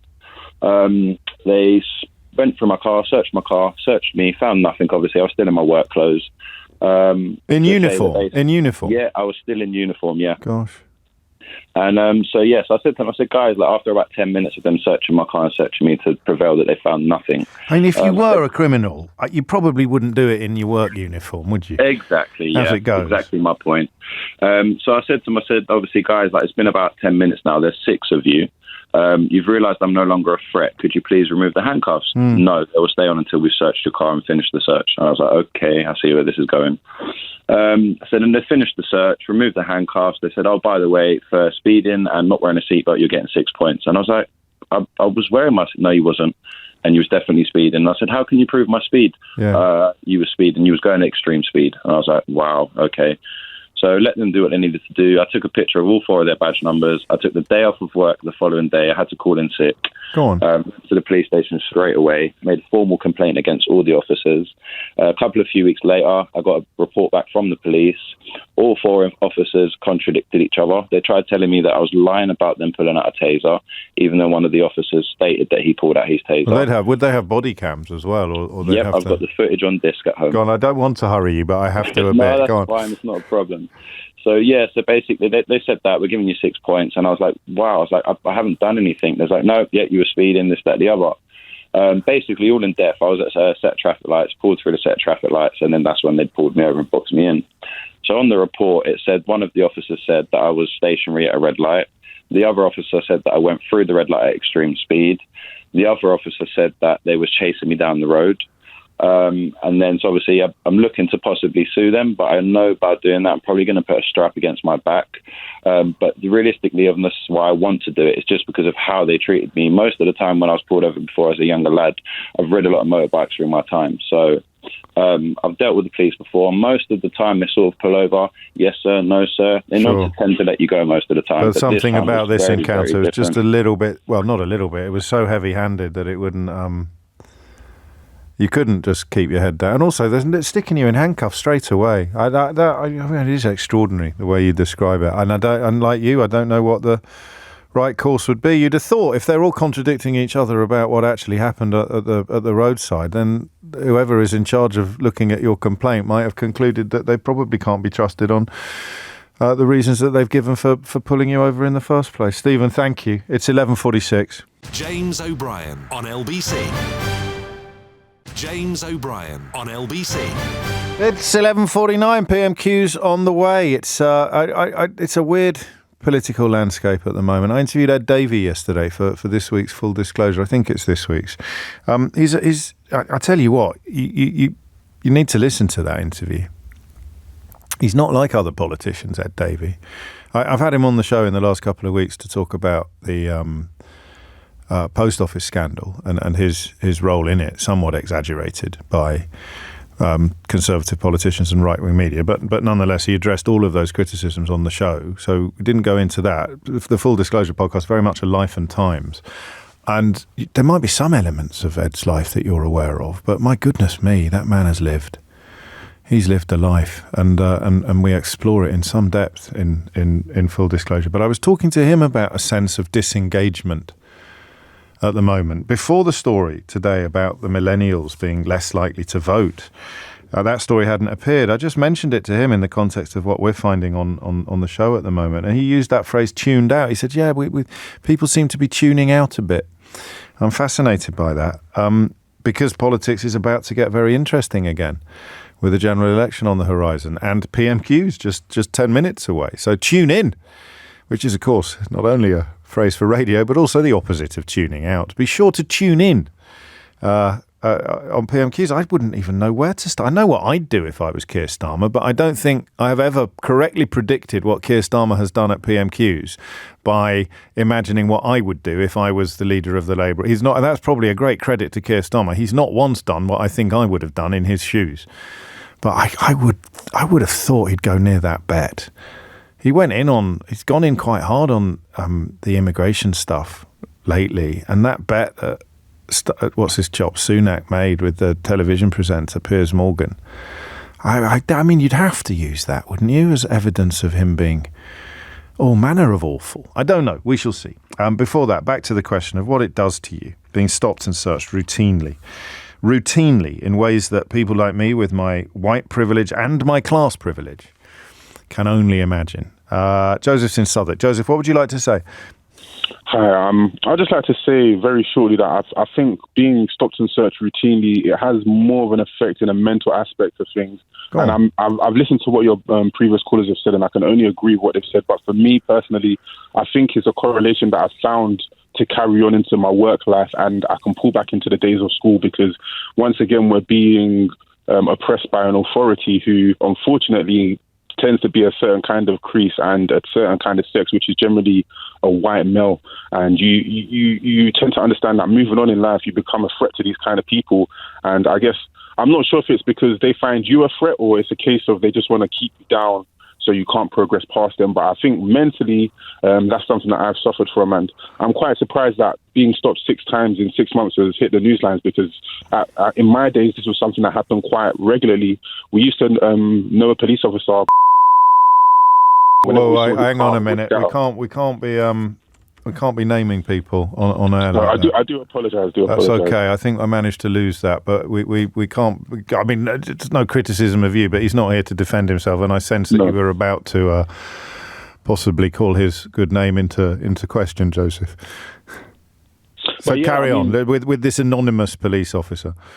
Yeah, I mean, this is just a general action that we used to experience quite a lot of the time. I remember very vividly one time running to the train station and being stopped after just leaving my house and being told that I was running from a crime and I smelled like cannabis. Right. And I said to the officer, is it a decision of I'm running from a crime or I smell like cannabis? And when he said I smelled like cannabis, I said, how did you get to this conclusion with your window wound up? But once again, it's just an opportunity to stop and search people. And I guess... Well, it's used as it almost sounds like a hobby. It sounds like something that would happen when they were bored. And also there's a sort of power hungriness in what we hear in conversations like this, a sense that they're just proving power over somebody, which leads you to then, I think inevitably, especially if it's happening during your formative years, you associate white male authority figures with threat rather than protection, or rather than authority even. Most definitely. But granted, I must say that this perception has been changed alongside working with people within a much more safer and open environment where you can see the nicer sides of people. And at the same time, I guess I'm at an age now where common sense has kicked in, and I do understand police in one sense do have a job to do and they do have numbers to hit. Yes. And in the other sense, it might not be the easiest thing to do, but I guess as humans, we're all prone to cut corners and make mistakes. And I guess, not that I justify it, but I can understand it. And I guess having an understanding for something allows you to be a lot more at ease with it. It doesn't mean I'm comfortable with it, but I can understand the process. I love that. It's a very generous analysis, but also it's good for your mental health, isn't it? Not to be harbouring these sort of unaddressed grievances, and because not every police officer stopping a young black man, a black boy on the streets of London is engaging in an act of oppression or even an act of racial profiling. As you say, it will be necessary in cases, but it's the plurality, isn't it? It's the 6 in 5 months. It's that you thinking that's normal and me thinking it's shocking. That just shows living in the same city. In many ways, we live in different worlds. And I guess in correlation to the class aspect that has been brought to this conversation, I think when you look at the locations of where people are being stopped, as for myself, South East, South West London, Brixton, Peckham, or if we're looking at East London or North London, Tottenham, we have to understand that there is a higher density of black population people as opposed to other ethnic colours, but it still doesn't justify or gratify. Yeah, but mate, you know that you never get picked up by your ankles outside Bougie's nightclub in South Kensington to see what falls out of your pockets. It just doesn't happen. So, you have there are questions of proportionality and ethnicity, but this is where class kicks in almost as hard as race. The amount of cocaine knocking about the nightclubs of southwest London would be enough to put a Colombian cartel to shame, and yet you never hear stories of people walking up the King's Road at 4 o'clock in the morning being stopped and searched on the suspicion of the smell of cannabis. So make of that what you will. Thank you, Joseph. Probably the last word on this, with PMQ's just preparing itself for our attentions around the corner. Lucian's in Waltham Cross. Lucian, what would you like to say? Hi there, James. Hello, mate. A really good topic, because I think it's something which we, as from the black community, doesn't necessarily get to explain themselves. Yeah. How it is. Excuse me. That's quite all right. Do you want a tissue? I'm okay. Cheers. Thank you. Right. So, everything that was mentioned by all your callers, myself, I've experienced. I'm 44 years of age. My youthful time was in the 90s and the noughties. Yeah. And so everything that said that their callers have spoken about, I've experienced, and even more so. Now, I live in Waltham Cross. I went to school in Cheshunt, which is on the borders of Hertfordshire, North London. Now, my mum moved out of Edmonton, and they moved out of Edmonton with my dad back in the 80s, because there was a big they called it the Supernick, was being built in Edmonton. Right. And what the police were doing, they was actually arresting pulling the young black schoolboys, which were going to primary school and going through their packed lunches to see if they had drugs. Right. These are primary school children. My mum's from the East End, so she said, well, okay, time to leave. Yeah. Because she's had very experiences back in the 60s with the police, because we know the police were very notorious with their racism back then. So we moved up to Hertfordshire, right on the edge of North London, Waltham Cross, went to school in Cheshunt, predominantly white.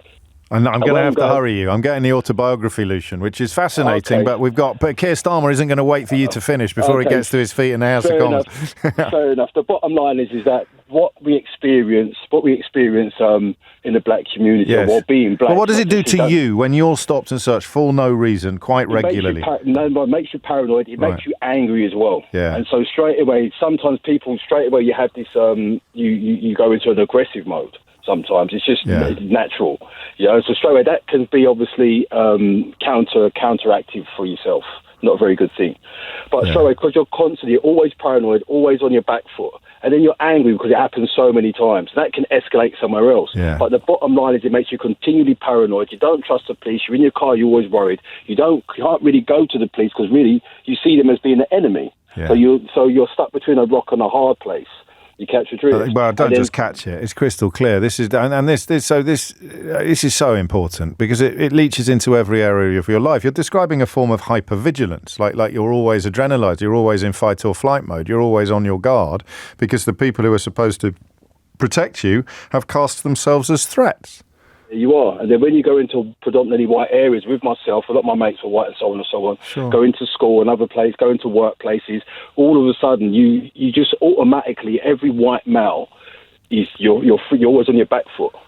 I haven't, well, I've had many conversations over the years, and I always try to ask a slightly different question about stop and search. We've never come in on that angle before. You and Joseph and other callers describing a sort of a leaching of perception from the police officers who've unfairly and unreasonably stopped and searched you into everybody of a similar ethnicity, which you recognise as you describe it is both unfair and unhelpful. But I'm so grateful to you and to Joseph and to everybody else for being so honest. And because that's a problem for everybody. That's a problem for everybody, for the whole of society. And it's not a problem that's contained to the kids that are being stopped and searched unfairly. And still in 2024, it would seem, very, very regularly. Lucian, I gave you fair warning. Have we got time, Natasha Clark, to make any predictions about what is likely to happen today? I can run you through my list very quickly. You've made a list, have you? I'm checking it twice. Go on then. Well, obviously, we've had the sad news about the King's cancer diagnosis this week. I wonder if I were Keir Starmer, whether I would be using it to batter the government on their terrible NHS record. As the Daily Mail says today, the left just can't wait to politicise King's cancer. Sorry, I'm really sorry to politicise the King's cancer. Yes, if you would sorry, if mind I would. not talking about cancer in the context of anybody else, while also acknowledging what great service the King's diagnosis has done in helping everybody else. I will be only a true patriot and only say good things about the government. Yes. I think, you cannot fail to open up a conversation once you start talking about this. The King obviously and rightly should be allowed access to the best medical care in the country that he can get. Of course, he's the king. I personally think that's what he should be entitled to. But it will raise the question for millions of people who are waiting on waiting lists, trying to get proper cancer diagnosis. So many targets being missed in the NHS for cancer. We have dropped down the league tables in many cancer areas in terms of detecting it, in terms of getting help. And we know that in the most poor and deprived parts of the country, that's even worse. And I think that's a good way. Like I say, will Keir Starmer go on it? Because, like I say, will he then be accused, you're politicising an issue? Potentially that's something that he would be alive to, of course. Increasingly, he's going to have to live with... Well, hang on, we'll find out, shall we? Thank you, Mr. Speaker. I join with the Prime Minister in sending His Majesty the King our very best wishes for his treatment. Across this House, we all look forward to seeing him back to full health as quickly as possible. Mr. Speaker, this week the unwavering bravery of Brianna Jay's mother, Esther, has touched us all. As a father, I can't even imagine the pain that she's going through, and I'm glad that she's with us in the gallery here today.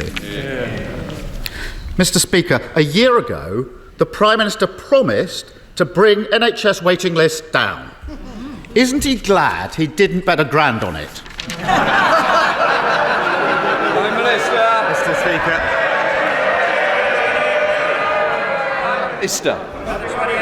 Mr. Speaker, at least I stand by my commitments.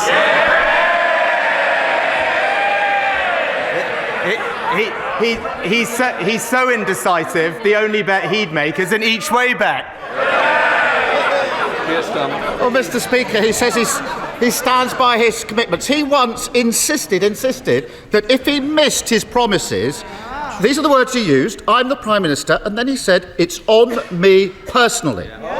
Today we learned from his own officials that he's the blocker to any deal to end the doctor strikes. Yep. And he's always, every time he's asked, he blames everyone else. So what exactly did he mean when he said it's on him personally if he doesn't meet his promise? Prime Minister.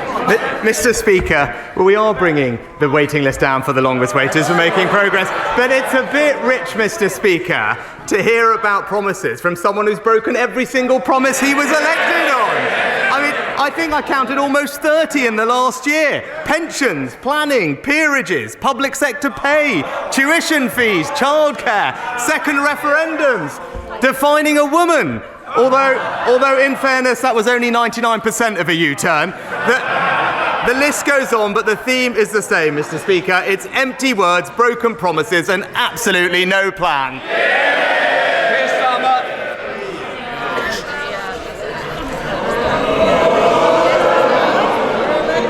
Of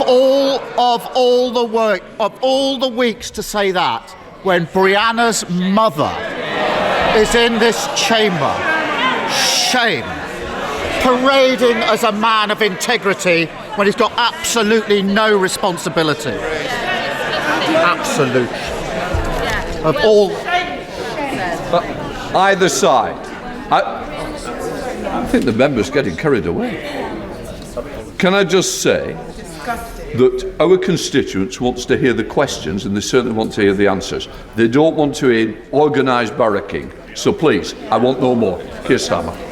I think the role of the Prime Minister is to ensure that every single citizen in this country feels safe and respected. It's a shame the Prime Minister doesn't share that. I welcome the fact that he's finally admitted that he's failed on waiting lists in the NHS. I also welcome that he's finally acknowledged the crisis in NHS dentistry. He's calling it a recovery plan after 14 years of Tory government. What exactly does he think the NHS dentistry is recovering from? Prime Minister. As ever, Mr. Speaker, he seems to convene... Certainly not having enough of the front bench either. Please, I want to hear it. The election fever, I'm hoping, is not coming tomorrow, so let's not behave as though it is. Prime Minister. Well, Mr. Speaker, as ever, he conveniently forgets the impact of a pandemic on NHS dentistry, and it was specifically because of the close proximity nature of dental provision that it was unable to operate as normal throughout the pandemic. That was the recommendation of the medical and clinical experts, Mr. Speaker, which is why inevitably there is a backlog in dental care and the impact that has. But that's why, as my honourable friend, the Health Secretary, will outline later today for the House, we're putting more funding in to provide more NHS provision across the country, on top of plans that will see the number of dental training places increase by 40%, Mr. Speaker. But I would actually just point out, our plans mean that there will be 2.5 million more NHS appointments, which is in fact 3 times more than the Labour Party are proposing. Mr. Speaker, there are some areas in the country where you literally can't have an NHS dentist, and he says that's down to COVID. People are literally pulling out their own teeth. Sorry. Can I just say, I don't need any more off this front bench either. Do we understand each other? Carry on, please, Speaker, people are literally pulling their teeth out using pliers. It's an experience that can be compared with extracting an answer from the Prime Minister at this dispatch box. The truth is, after 14 years of neglect, this recovery plan is just a desperate attempt to try to recover back to square one. If he wanted to move forward, he should follow Labour, scrap the non-dom tax status, use the money to fund 2 million more hospital appointments every year. But, Mr. Speaker, the Prime Minister is oddly reluctant to follow us on this. What exactly is so special about this tax avoidance scheme that the Prime Minister prioritises it above the NHS? Well, Mr. Speaker, let's look at that record. We've, in the NHS, record funding, record doctors and nurses, record number of appointments, higher cancer survival rates. But what's happening under Labour's watch in Wales, Mr. Speaker? Let's have a look. A fifth of people in Wales are currently on a waiting list. Waits of 18 months or more are 10 times higher than that in England, and people are waiting twice as long for an operation. Their failure has sent the Welsh NHS back to square one, and will never let them do that here.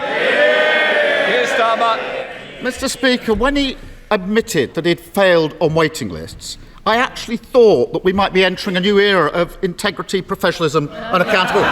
Remember that one? But just like all the other relaunches, it's proved to be a false dawn, still blaming everyone else, still removed from reality. It's very simple. You can either back more NHS appointments or more tax avoidance. We know what side we're on. Why doesn't he?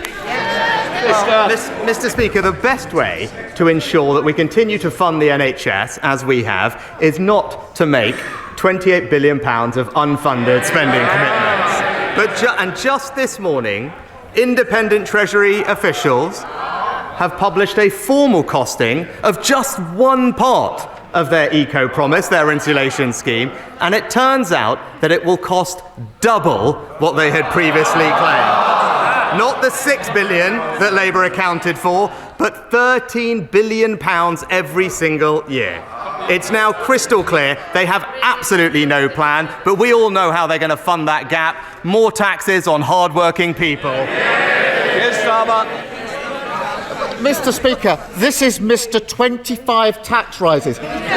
He's literally the country's expert on putting taxes up, and he thinks he can lecture everyone else on the economy. Last week, he and his MPs were laughing at someone whose mortgage had gone up £1,000 a month. This week, he's casually made a £1,000 bet in the middle of an interview. Last week, he thought even raising questions about the cost of living was, and I quote, resorting to the politics of envy. And this week, he's finally found the cause that he wants to rally around, the non-dom status. When he finds himself backing tax avoidance over NHS appointments, does he start to understand why his own MPs are saying he simply does not get what Britain needs? Prime Minister. Mr. Speaker, I'm not going to take any lectures about getting Britain from a man who thought it was right to defend terrorists, Mr. Speaker. But what we're doing is building a brighter future for our country. In just the last week, expanding healthcare in pharmacies. Today, expanding dental care. This week, helping millions with the cost of living. And most importantly, cutting national insurance. All while the Labour Party argue over 28 billion different ways to raise people's taxes. That's the difference between us. We're delivering a plan. They can't even agree on one. My constituents and I send our best wishes to the King and royal family. Mr. Speaker, despite the popular narrative, our economy is doing well with an unemployment rate with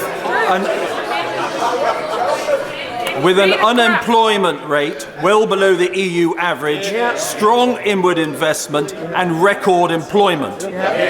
Taxes are higher than Conservatives would like, but does my right honourable friend agree that a key reason for this is that we rightly spent $400 billion on COVID support, including one of the most generous furlough schemes, in order to ensure that no one got left behind, and that it is our intention and instinct to lower taxes, unlike the parties opposite. Mr. Speaker, my honourable friend is right to highlight our record of providing support to the country when it needed it, whether it's the NHS, vaccines or furlough during COVID, or most recently help with people's energy bills. We're only able to afford that because of the strong management of our economy, which is why we must stick with the plan, not risk going back to square one with the Labour Party, who, as we know, have absolutely no plan and will cost everyone in this country with their £28 billion worth of tax rises. Leader of the SNP, Stephen Flynn. Thank you, Mr. Speaker. Can I begin by expressing my heartfelt sympathies to Brianna's mother, who is in the public gallery as we speak, and also to send my best wishes to King Charles in what will hopefully be a quick and full recovery. Mr. Speaker, the public are used to the Tories gambling on the lives of others. Boris Johnson, he did it with public health during the pandemic. His immediate successor, she did it with household finances. So, not to be outdone, the Prime Minister on Monday this week accepted a crude bet regarding the lives of asylum seekers. In doing so, he demeaned them as individuals and he degraded the office that he currently holds. So can I ask him, will he apologise? Mr. Speaker, we may have a principal disagreement on this. I believe, and we believe, that if someone comes to this country illegally, they shouldn't be able to stay, they should be removed, and that's why we're committed to our Rwanda scheme. Stephen Flynn. Mr. Speaker, as ever, the Prime Minister does himself no favours, because, of course, the bet to which we are referring was worth £1,000, and it came just hours before the Prime Minister ended cost of living support worth just £900. And his justification for doing so was that the cost of living crisis is easing. So can I ask him, what does he believe leaves him looking most out of touch with the public? Gambling £1,000 or believing that the cost of living crisis is getting better? Well, Mr. Speaker, he talks about the cost of living. Perhaps he can explain to the Scottish people why it is that whilst the UK Conservative government is cutting their taxes, the Scottish government is raising them.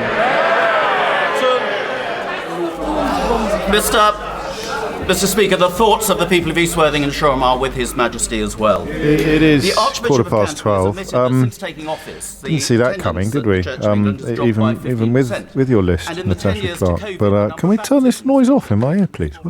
Thank you.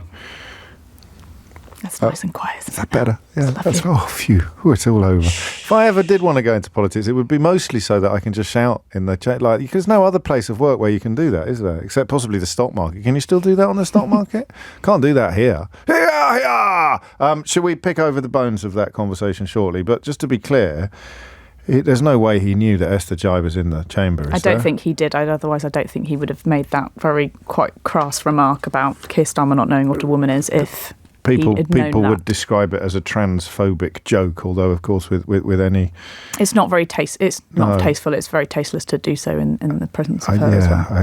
Obviously, if Keir Starmer had made a misstep of that magnitude in the chamber, you could expect it to be on at least 8 front pages tomorrow. But such is the nature of the British media that Rishi Sunak's probably all right. It's 12:15. James O'Brien on LBC. James O'Brien on LBC. It is 18 minutes after 12. I think that's gross, actually. I really do.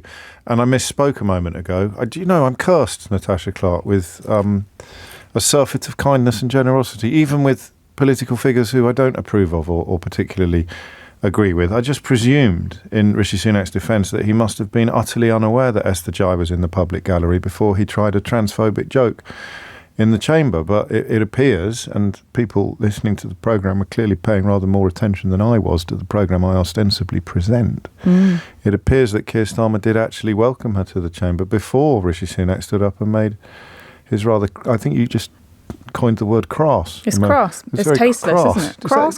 Crass. I'm a posh girl, really. Crass. I've never heard it called crass before. Sorry, crass, That's okay. crass. No, I think it's crass, but I like crass. Sure. But Jacob Rees-Mogg probably says crass. So there are at least two of you in the world. But that's bad, right? Because it's going to distract. Well, I mean, it's probably bad for Starmer that it's going to distract from quite a good PMQs for him. But it puts Sunak in a very ugly box. It does. It's tasteless, isn't it? And was he not listening to when Starmer mentioned I'm doing that thing. I'm being too generous, perhaps. Look, I presume he wasn't really concentrating because he was waiting to see what the thing he was going to have to respond to would be. But usually politicians are given the nod to important people that are in the chamber, and Rishi Sunak's team should have known that. They should have told him before that. They should have briefed him. Did he then, jump to an attack that he has obviously used in previous Prime Minister's questions? Yeah. And not think about it? Was it like an unscripted remark, possibly, or was he because just he's used it before? It's one of his break glass. Of course, he's used it before, and obviously Tory MPs usually cheer at that sort of thing. And but yes, it's a bit unclear about why he would have felt that this was an appropriate thing to say. Because I'm getting rinsed for it on my socials, on the inbox. I did categorically get that wrong. I just presumed he couldn't have. Whether he knew or not, we don't know. Whether he noticed or not, we don't know. But he categorically, it was said by Keir Starmer in the chamber before Rishi Sunak stood up. We'll have a listen to it, actually, just to be absolutely clear. And for anyone wondering why this is significant, what you have is a young transgender woman being murdered. In part, one of the motivations of one of her murderers was a hatred of transgender people, and Rishi Sunak very much appealing to the hatred of transgender people in the choice of, I'm going to have to use the word joke, comment. It was a joke. That he elected to make. So here it is. Mr. Speaker, this week the unwavering bravery of Brianna Jay's mother, Esther, has touched us all. As a father, I can't even imagine the pain that she's going through, and I'm glad that she's with us in the gallery here today. Clear as day, isn't it? It is, but possible that he didn't. He should have been listening. Clearly. Should have been listening, and should we listen to his to the joke as well, just to be clear about what's happened here? But it's a bit rich, Mr. Speaker, to hear about promises from someone who's broken every single promise he was elected on.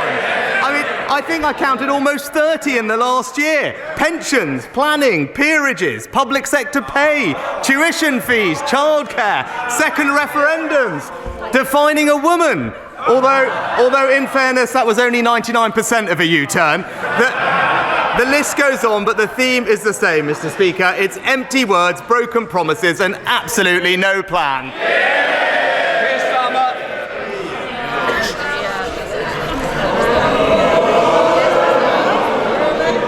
Of all the weeks to say that, when Brianna's mother is in this chamber, shame. Parading as a man of integrity when he's got absolutely no responsibility. Absolute. Of all. I mean, it doesn't really matter whether she's there or not in the context of the comment, but the fact that she was is. I think that's just really sad and quite awful. It is, and just 24 hours ago, he was asked about her comments. Obviously, she's been on the media the last couple of days calling for under-16s to have different phones with not to have social media apps on them, obviously because of the role that social media played a part in the tragic murder of her child. And Rishi Sunak was asked about this, and I think he said just about 24 hours ago in another interview that she was an inspiration and that he, was really, touched to hear her story, and to make that joke just really comes across as terribly terribly tasteless. And I suppose hopefully he'll stop now, regardless of the context or whoever is in the There were public plenty of other gallery. examples Well, of Keir exactly. Starmer changing his mind, Yes, which he could have exactly. pointed to, and he obviously did, but it really took the sting out of his argument there, and I think he was very much on the back foot for the rest of those Prime Minister's questions, because I think he realised instantly, and he would have known instantly, oh no, I've made a mistake. Yeah. The bet came up, as we probably expected. Yes, this bet that the Prime Minister was I think it's fair to say pressured into by Piers Morgan during an interview where he bet £1,000 that he would see the flights take off to Rwanda. I think it was by the election. And yes, there are obviously critics have pounced on this, and I think Keir Starmer mentioning it. Obviously, we saw Stephen Flynn mentioning it.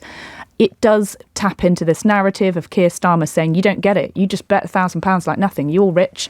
And everybody else in the country doesn't quite understand how you can just frivolously bet this. And you mentioned this off-air, that he made a betting joke, didn't he? He said...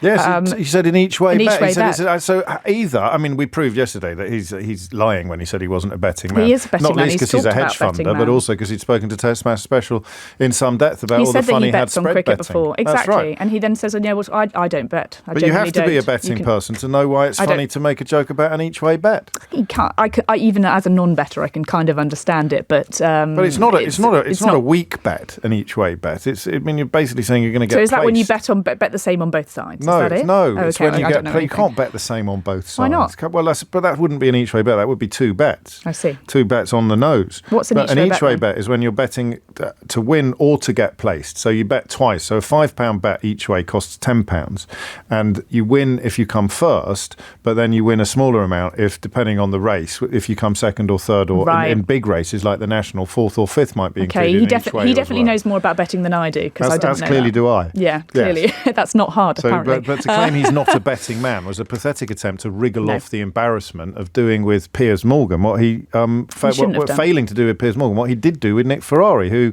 this is for Nick to account for, who made exactly the same crass and attention-seeking offer of a bet on something as serious as the Rwanda story a couple of years ago. I think, in the Prime Minister's defence, he is trying to say, I'm so confident in this. Yeah. I think he shouldn't have done it, but I think he was trying to say, and I think he slipped up by obviously doing that and saying, yes, I will. I think both of them said, yes, they would give it to a charity, whatever. Yeah, whatever. Sure. But yes, it doesn't look good, and I think it taps into that Keir Starmer narrative that he keeps on pushing of this guy doesn't get it, he's rich, he doesn't understand your problems, and that is something we're going to continue to see in the run-up to the election. What else came up? Remind me. Obviously, what Rishi Sunak was able to be strong on in that Prime Minister's questions, I think the only thing I think he was strong on was the 28 billion row that Labour just cannot seem to get away from. Do the public care about this, do you think? I think the public care about the issue of the environment. Yes. I think Labour have made it a huge part of their offering. It was obviously launched at their party conference, I think 2 years ago now. It's been a very big part of their economic offer to the nation, is that we're going to grow the economy by going green. We're going to spend this amount of money. They put the figure on it. And now they're getting themselves into knots about whether they will stick to this figure of 28 billion. Yesterday, Sir Keir Starmer came out and said he would. Just last week, I think maybe the week before now, Rachel Reeves on LBC refused to say that 28 billion figure. And that's a really strong argument for Rishi Sunak to make. Well, you've got two people on your front bench and you can't really make your mind about what your position is. If these guys want to go into government, they really need to get themselves sorted out. And for a lot of people, it is very important to know exactly, and for businesses, right? Labour are trying to be the party of business. They need to show what they are saying is going to be what they are actually going to do in government. And there is clearly a big row within the Labour Party about whether to drop that figure or not. And once again, Stephen Flynn sort of filling in some of the spaces that Keir Starmer feels he can't go into. He would mention the bet as well, didn't he? Yes, he did. So that was a sort of different two sides of that. But yes, saying that they're, he mentioned gambling. He said Conservatives gambling with lives, trusted it with the economy. Why is he now betting on an asylum seeker, and will he apologise? And I didn't hear a squeak of an apology from the Prime Minister on that one either. Something I thought Sir Keir Starmer might mention. I think he missed an opportunity to talk about the popcorns, your new favourite political party. Keir Starmer would have done that. I'm not surprised. He didn't do it, did he? No, but I don't know that what does he do? Because Rishi Sunak hasn't got any Has he got any of? I mean, Link. These people really are his enemies. So he could have gone in on the division. In the same party as him. Could have quoted Henry Riley and asked from yesterday's conference and asked how many factions are there currently in the. That would be quite a good question, actually. Yeah. We should submit these next week. We should. We should drop them off. Well, how many factions are there? And he could read them all out. 5 groups plus at least this one. We think there's 12. You think there's 12? Well, if you include things like the Northern Research Group. Oh yes, they're a mini baby And faction. the ERG, and there's a China Research Group. I see. So if you include all of them, there's New Conservatives, I think. Yep. That's one of the 5. Tories, yeah, but they're that's not. One of the 5. So they're a big group. One Nation Tories are big. They're quite quiet. Powerless. That's Damien Green and Chums. Mm-hmm. So that would be a good. How many factions are there currently? There's a lot. Yeah, the Conservative Party are a very divided party, and the argument is that divided parties don't win elections. There is a line here that I've never heard before. I very much doubt that it is the original work of whoever has sent it in, and I can't find the text anyway, so I can't credit whoever sent. Have you ever heard this before? Rishi Sunak is a shiver in search of a spine. Ooh. Have you heard that before? No. Is that a quote from? I quite like that. No, it's a quote from Dave. Lovely. Anyway, and Mike in Sutton points out that Starmer was visibly shaking with rage at that by Sunak, although Gary reminds us that he is a barrister. But yeah, I do think actually, because if Brianna Jai's mum Esther is there as a guest of Starmer, which seems quite likely given that he was the one to draw attention to her presence there. Yeah, perhaps. Perhaps he didn't know. Starmer would be actually offended, not just politically offended, but personally he'd be embarrassed that you have insulted this woman who I have invited here to see, to hear the Prime Minister pay tribute in a sense to your daughter, and B, to show you the workings and how seriously we're taking your suggestions, and then Rishi Sunak stands up and does a little bit of mild transphobia. Yeah. Not a good week for him. No, and it was a very bitty Prime Minister's questions, wasn't it? It was just a lot of mudslinging and insults, and nothing really seemed to take hold as a leading narrative. You know, we had mention of dentists, labour in Wales, waiting lists, tax avoidance, spending. There was not one theme that the Prime Minister or Keir Starmer kept to throughout that. It was quite bitty, it was quite rowdy, it came across as a little bit fragmented, and I don't think there's anything. If you say to the Joe public, what do you remember out of that Prime Minister's questions, I think it would struggle to pull out a highlight or a low light from that one. I think that's a fair account, a fair roundup. Thank you very much, Natasha Clark. The time is 12:31, and Amelia Cox has your headlines. James O'Brien on LBC. James O'Brien on LBC. I thought it was too good to be new, that shiver in search of a spine line. Paul Keating, apparently, the Australian politician, has used it. According to the Oxford Dictionary of Quotations, Paul is a very erudite man, clearly, but Martin is possibly even better informed. He tells me that Harold Wilson described Edward Heath as a shiver looking for a spine to run up. That's beautiful. Come on, fans of language. That's a beautiful way of putting things. Now, something a bit strange has happened in the corners of the media that we probably need to start talking about a bit more now that the American presidential election wheels are turning. You know who Tucker Carlson is. Tucker Carlson has achieved the frankly extraordinary feat of becoming too foul for even Rupert Murdoch to tolerate. So he was once the most popular presenter on Fox News, where he embarked enthusiastically and knowingly upon enthusiastic attempts to uphold, enforce and disseminate the lies that Donald Trump was telling about the last presidential election in America, the depositions in the Dominion case. The manufacturers of the voting machines that were used in that election sued Fox News for gazillions of dollars, to use a technical term. And although they settled out of court for gazillions of dollars, the depositions that were submitted and that therefore made their way into the public space were extraordinary, including one lawyer asking Rupert Murdoch whether it was true that he didn't really care about red or blue, he only cared about green, which is a reference to the fact that the Republican Party is traditionally red, the Democrat Party is traditionally blue, and dollar bills are traditionally green. And exchanges involving Tucker Carlson talking about how much he hated Donald Trump and his followers. Such is the nature of modern media that Donald Trump and, certainly his followers, continue to revere Tucker Carlson even after it has been publicly revealed that he thinks they're scum.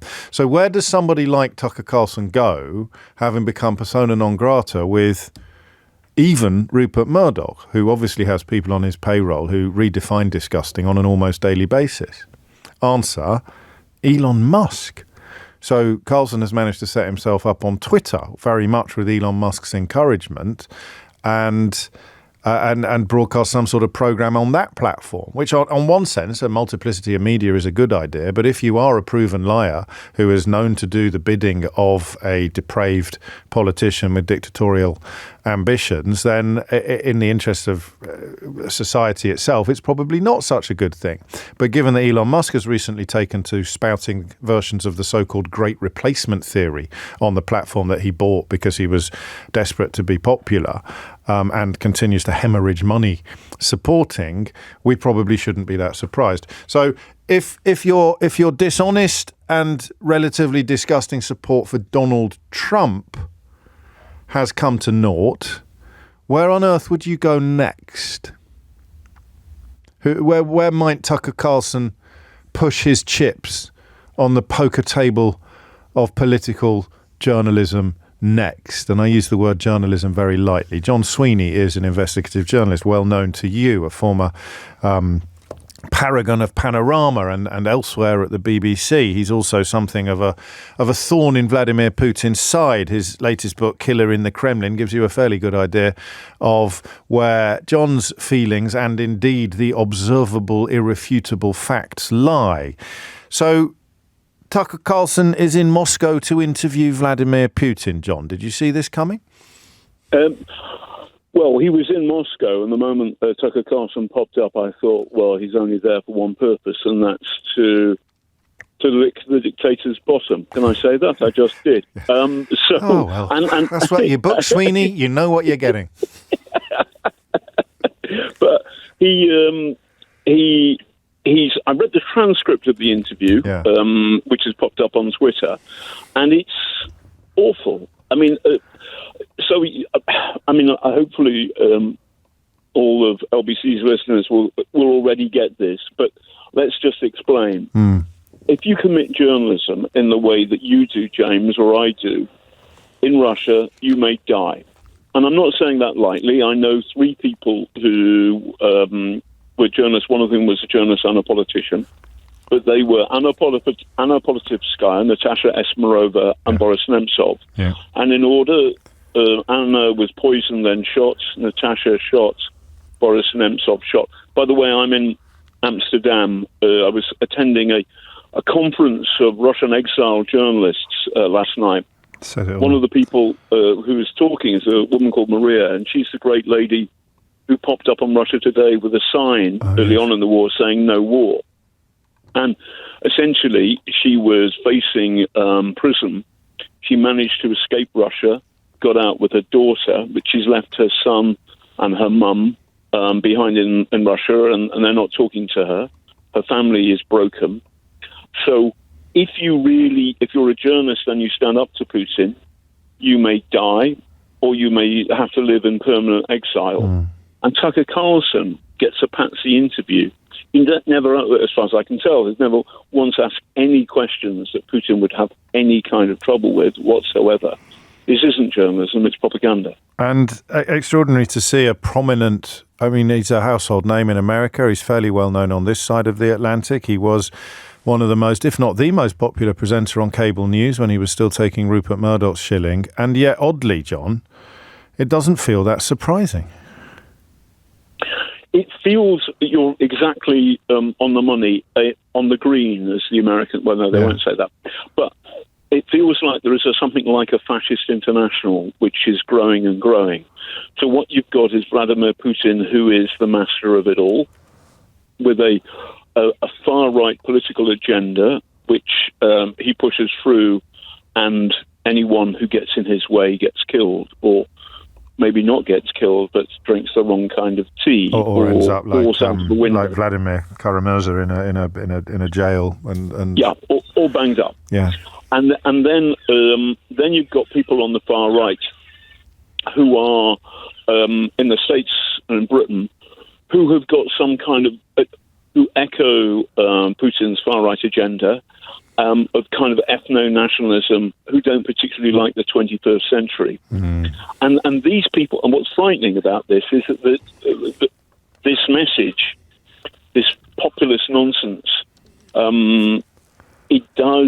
there are lots and lots of people out there who agree with them. I'm talking about, for example, Donald Trump in the States, and then Matteo Salvini, one of the far-right guys in Italy. It's just come out that the people who met his consigliere in Moscow, an Italian guy, the Russian interlocutor was in the FSB. That's a Story Insider. Right. A Russian an anti-Kremlin Russian thing has just come out.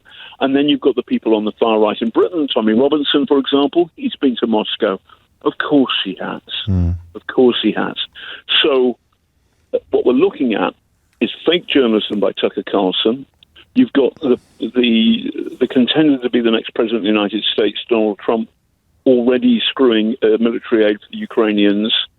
And it does feel like this feels like 1938. Something's hardening. We should add to that mix, that ugly mix, the fact that both Boris Johnson and Nadine Dorries have used their Daily Mail columns to offer up support for Donald Trump in recent weeks, and nobody yet knows the full extent of Russian interference, of course, in the Brexit referendum. I want, because you have some personal investment in this next question, Tucker Carlson claims that he was interviewing Putin because no Western journalist wants to. That's a dereliction of duty from the likes of you and Stephen Rosenthal in Moscow for the BBC. I can't believe none of you have put in any interview requests. Steve Rosenberg from the BBC. Well, I've left the BBC, but yeah, he's. I mean, Putin has a kind of a bizarre press conference once a year, and I think last time Steve waited for 4 hours to ask his question with a great big BBC sign, and Putin didn't call him. I in 2014, after the shooting down of MH17. By the way, this is a tragedy in which like 200 Dutch people were killed, lots of Malaysians and 10 British people. This was a big terror attack against 10 British people lost their lives in that. And I went out to the crash site for BBC Panorama, and then we had a meeting in Panorama, and somebody said, how can we doorstep Putin? And it's impossible in Moscow, security's too tight. And then somebody said, he's opening a mammoth museum in Siberia. And the editor of Panorama said, have we got any reporters that look like a professor of mammothology? And there you were. You didn't wear your hat in those days, did you? I didn't wear my hat, but my beard was bushy, and off I went. My aim was true. and off I went, and I lined up with all the other professors of mammothology. And then Putin pimp rolls in. But by the way, it's in Yakutsk in Siberia, where the Mammoth Museum was. He was opening it or something like this. And I was starving. I'd been on a plane for hours and hours and hours. It's 9 times east of London, further east than Beijing. And I said, I need a kebab. And the producer says, there's no time. Stop it, I need a kebab. I wolf the kebab, and then... you know we're on the radio, John, don't you, still? Yeah, I know that. Yeah, all right, carry on. Okay, so we're not in the pub? Oh, I'm sorry. It's 1.3 million people listening to this programme every week. Wait for the anecdote. All right. So I rock up, and as Putin comes in, I say, John Sweeney from the BBC, tell me about the killings in Ukraine. Oh, well, not just the Russians and Ukrainians, but the Dutch, the Australians, the British, MH17. And he stops and answers a question. The Russian TV lights switch on. They think it's an organised question. It isn't. I've jumped them. And then Putin gives a very long and boring answer. And I'm much taller than him. Yeah. And suddenly I realise that there's a problem with the kebab, and it's squiffy. And I feel as though, oh dear, I'm going to projectile vomit over Vladimir Putin. and anyway, the kebab manages to stay down, which is why I'm still alive, which is why I'm telling you this story. That would be a chemical attack, wouldn't it? Good grief. But anyway, that's how hard it is to get close to him. And in fact, I don't know whether you know this, but the Kremlin itself, because if you lie down with dogs, you get fleas, have actually contradicted Carlson's version of events and said, we get interview requests in all the time. And then I don't speak fluent Russian, but words to the effect of, but no one would tickle Vladimir's tummy quite as gently as you did, Tucker, so that even he's ended up looking embarrassed. And our friend Oz Chatterjee, and very briefly on this, if you would, John, describes the reaction to this interview in Ukraine as being among the angriest reactions he's ever seen. The anger in Ukraine today towards Tucker Carlson is unlike anything I've seen before towards any Western political or media figure. The rage is genuinely palpable. His name is trending here in both English and Cyrillic, and the responses are furious because, we've had a little bit of fun in this conversation, but from the point of view of Ukraine, this is no laughing matter.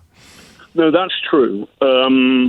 Ukrainians are fighting like tigers for their democracy, for their ability to speak freely. And Putin is, there's been missile strikes on Kyiv almost every day. Yeah. Down the south of the country, the war is brutal and it continues. And you get a great American journalist, so-called, telling unspeakable lies, lying about the war. It does feel like 1938, and it also we need to wake up. Yeah, and there are lots of people who say, listen, I don't want to go to war with Russia. Fine, I don't want to go to war with Russia either. Sure. But we need to prepare ourselves, and we need to be strong enough to be able to look Putin in the eye and say, stop it, and get out of Ukraine. And that, of course, is compromised by any normalisation undertaken by Western journalists, however ridiculous or sullied their reputations may be. Thank you, John. John Sweeney there, live from Amsterdam, where he is attending a conference, as you heard, with some exiled Russian journalists who know what happens if you ask Vladimir Putin questions that he doesn't like. Tucker Carlson providing something of a masterclass in how to ask him questions that he does. Just for the avoidance of doubt, John Sweeney invented the word mammothology. That is most certainly not the correct term to use to describe people who have made a study of hairy mammoths. His latest book, Killer in the Kremlin, as far as I'm aware, contains no invented words. James O'Brien on LBC. James O'Brien on LBC.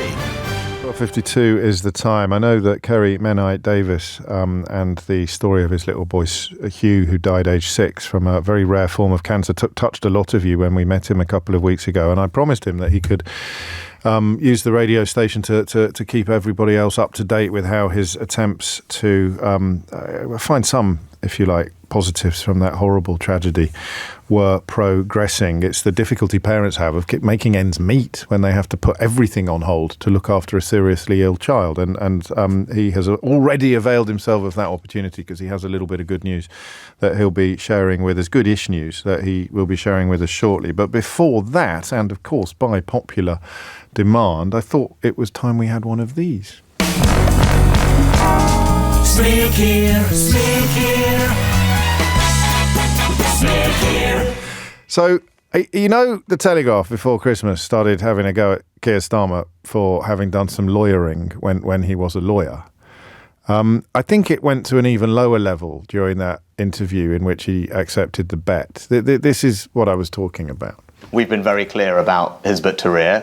They should be a prescribed terrorist organisation. We're bringing forward the legislation to do that. And again, question for Keir Starmer, he once upon a time represented Hizb ut-Tahrir. Actually, he supported them in resisting prescription elsewhere, and that's who he was on the side of. We're busy trying to ban these people, and he was busy trying to. Do you think he's a terrorist sympathiser? Well, I'd say the facts speak for themselves, right? Like he was their lawyer when they were trying to resist this. We've just prescribed them because we think that's what they are. And I just speak again. These things speak to people's values.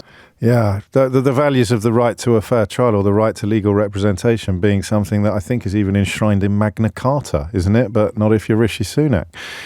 Absolutely extraordinary. Hizb ut-Tahrir, I mean, for my money, a nasty bunch of characters, but still entitled to legal representation, and Keir Starmer is a lawyer. But even if you like them, they weren't terrorists when he represented them in law. So I was once maligned as a terrorist sympathiser by Nadine Dorries, of all people, when she was Secretary of State for Culture, Media and Sport, only in a retweet. But still, it's not something that responsible politicians should be bandying around. But when it's Nadine Dorries, you can chalk it up as that's not really a responsible politician. That's a sort of ridiculous pimple upon the acne-strewn chin of public life. But that's Nadine Dorries. Nobody really took her seriously. But that's the Prime Minister engaging in similar behaviour, trying to somehow malign a lawyer for doing law. On an altogether more serious note, Kerry Menai Davis, who you met a couple of weeks ago, told us that he was embarked upon what was expected to be a fairly long and winding road towards meaningful legislation designed to address the plight of parents dealing with the necessity of putting everything in life on hold and often seeing earnings freeze, while you got on with the altogether more important business of caring for a seriously ill child. Hugh, Kerry's boy, died aged 6 in 2020 after being diagnosed with a rare form of cancer. And from that tragedy comes this mission. And I told Kerry when he was here that he could absolutely come back anytime he wanted to tell us how things were progressing. And things have actually progressed since we last saw each other, Kerry, a little better than expected. Yes, it sort of, went quite quickly. Thank you for having me back on. Very welcome. And just after I came on, we went to Parliament and we listened to the second reading of Hugh's Law, which Oliver Hield put through. And he'd had discussions with Joe Churchill MP, who is the Minister for Employment in the DWP.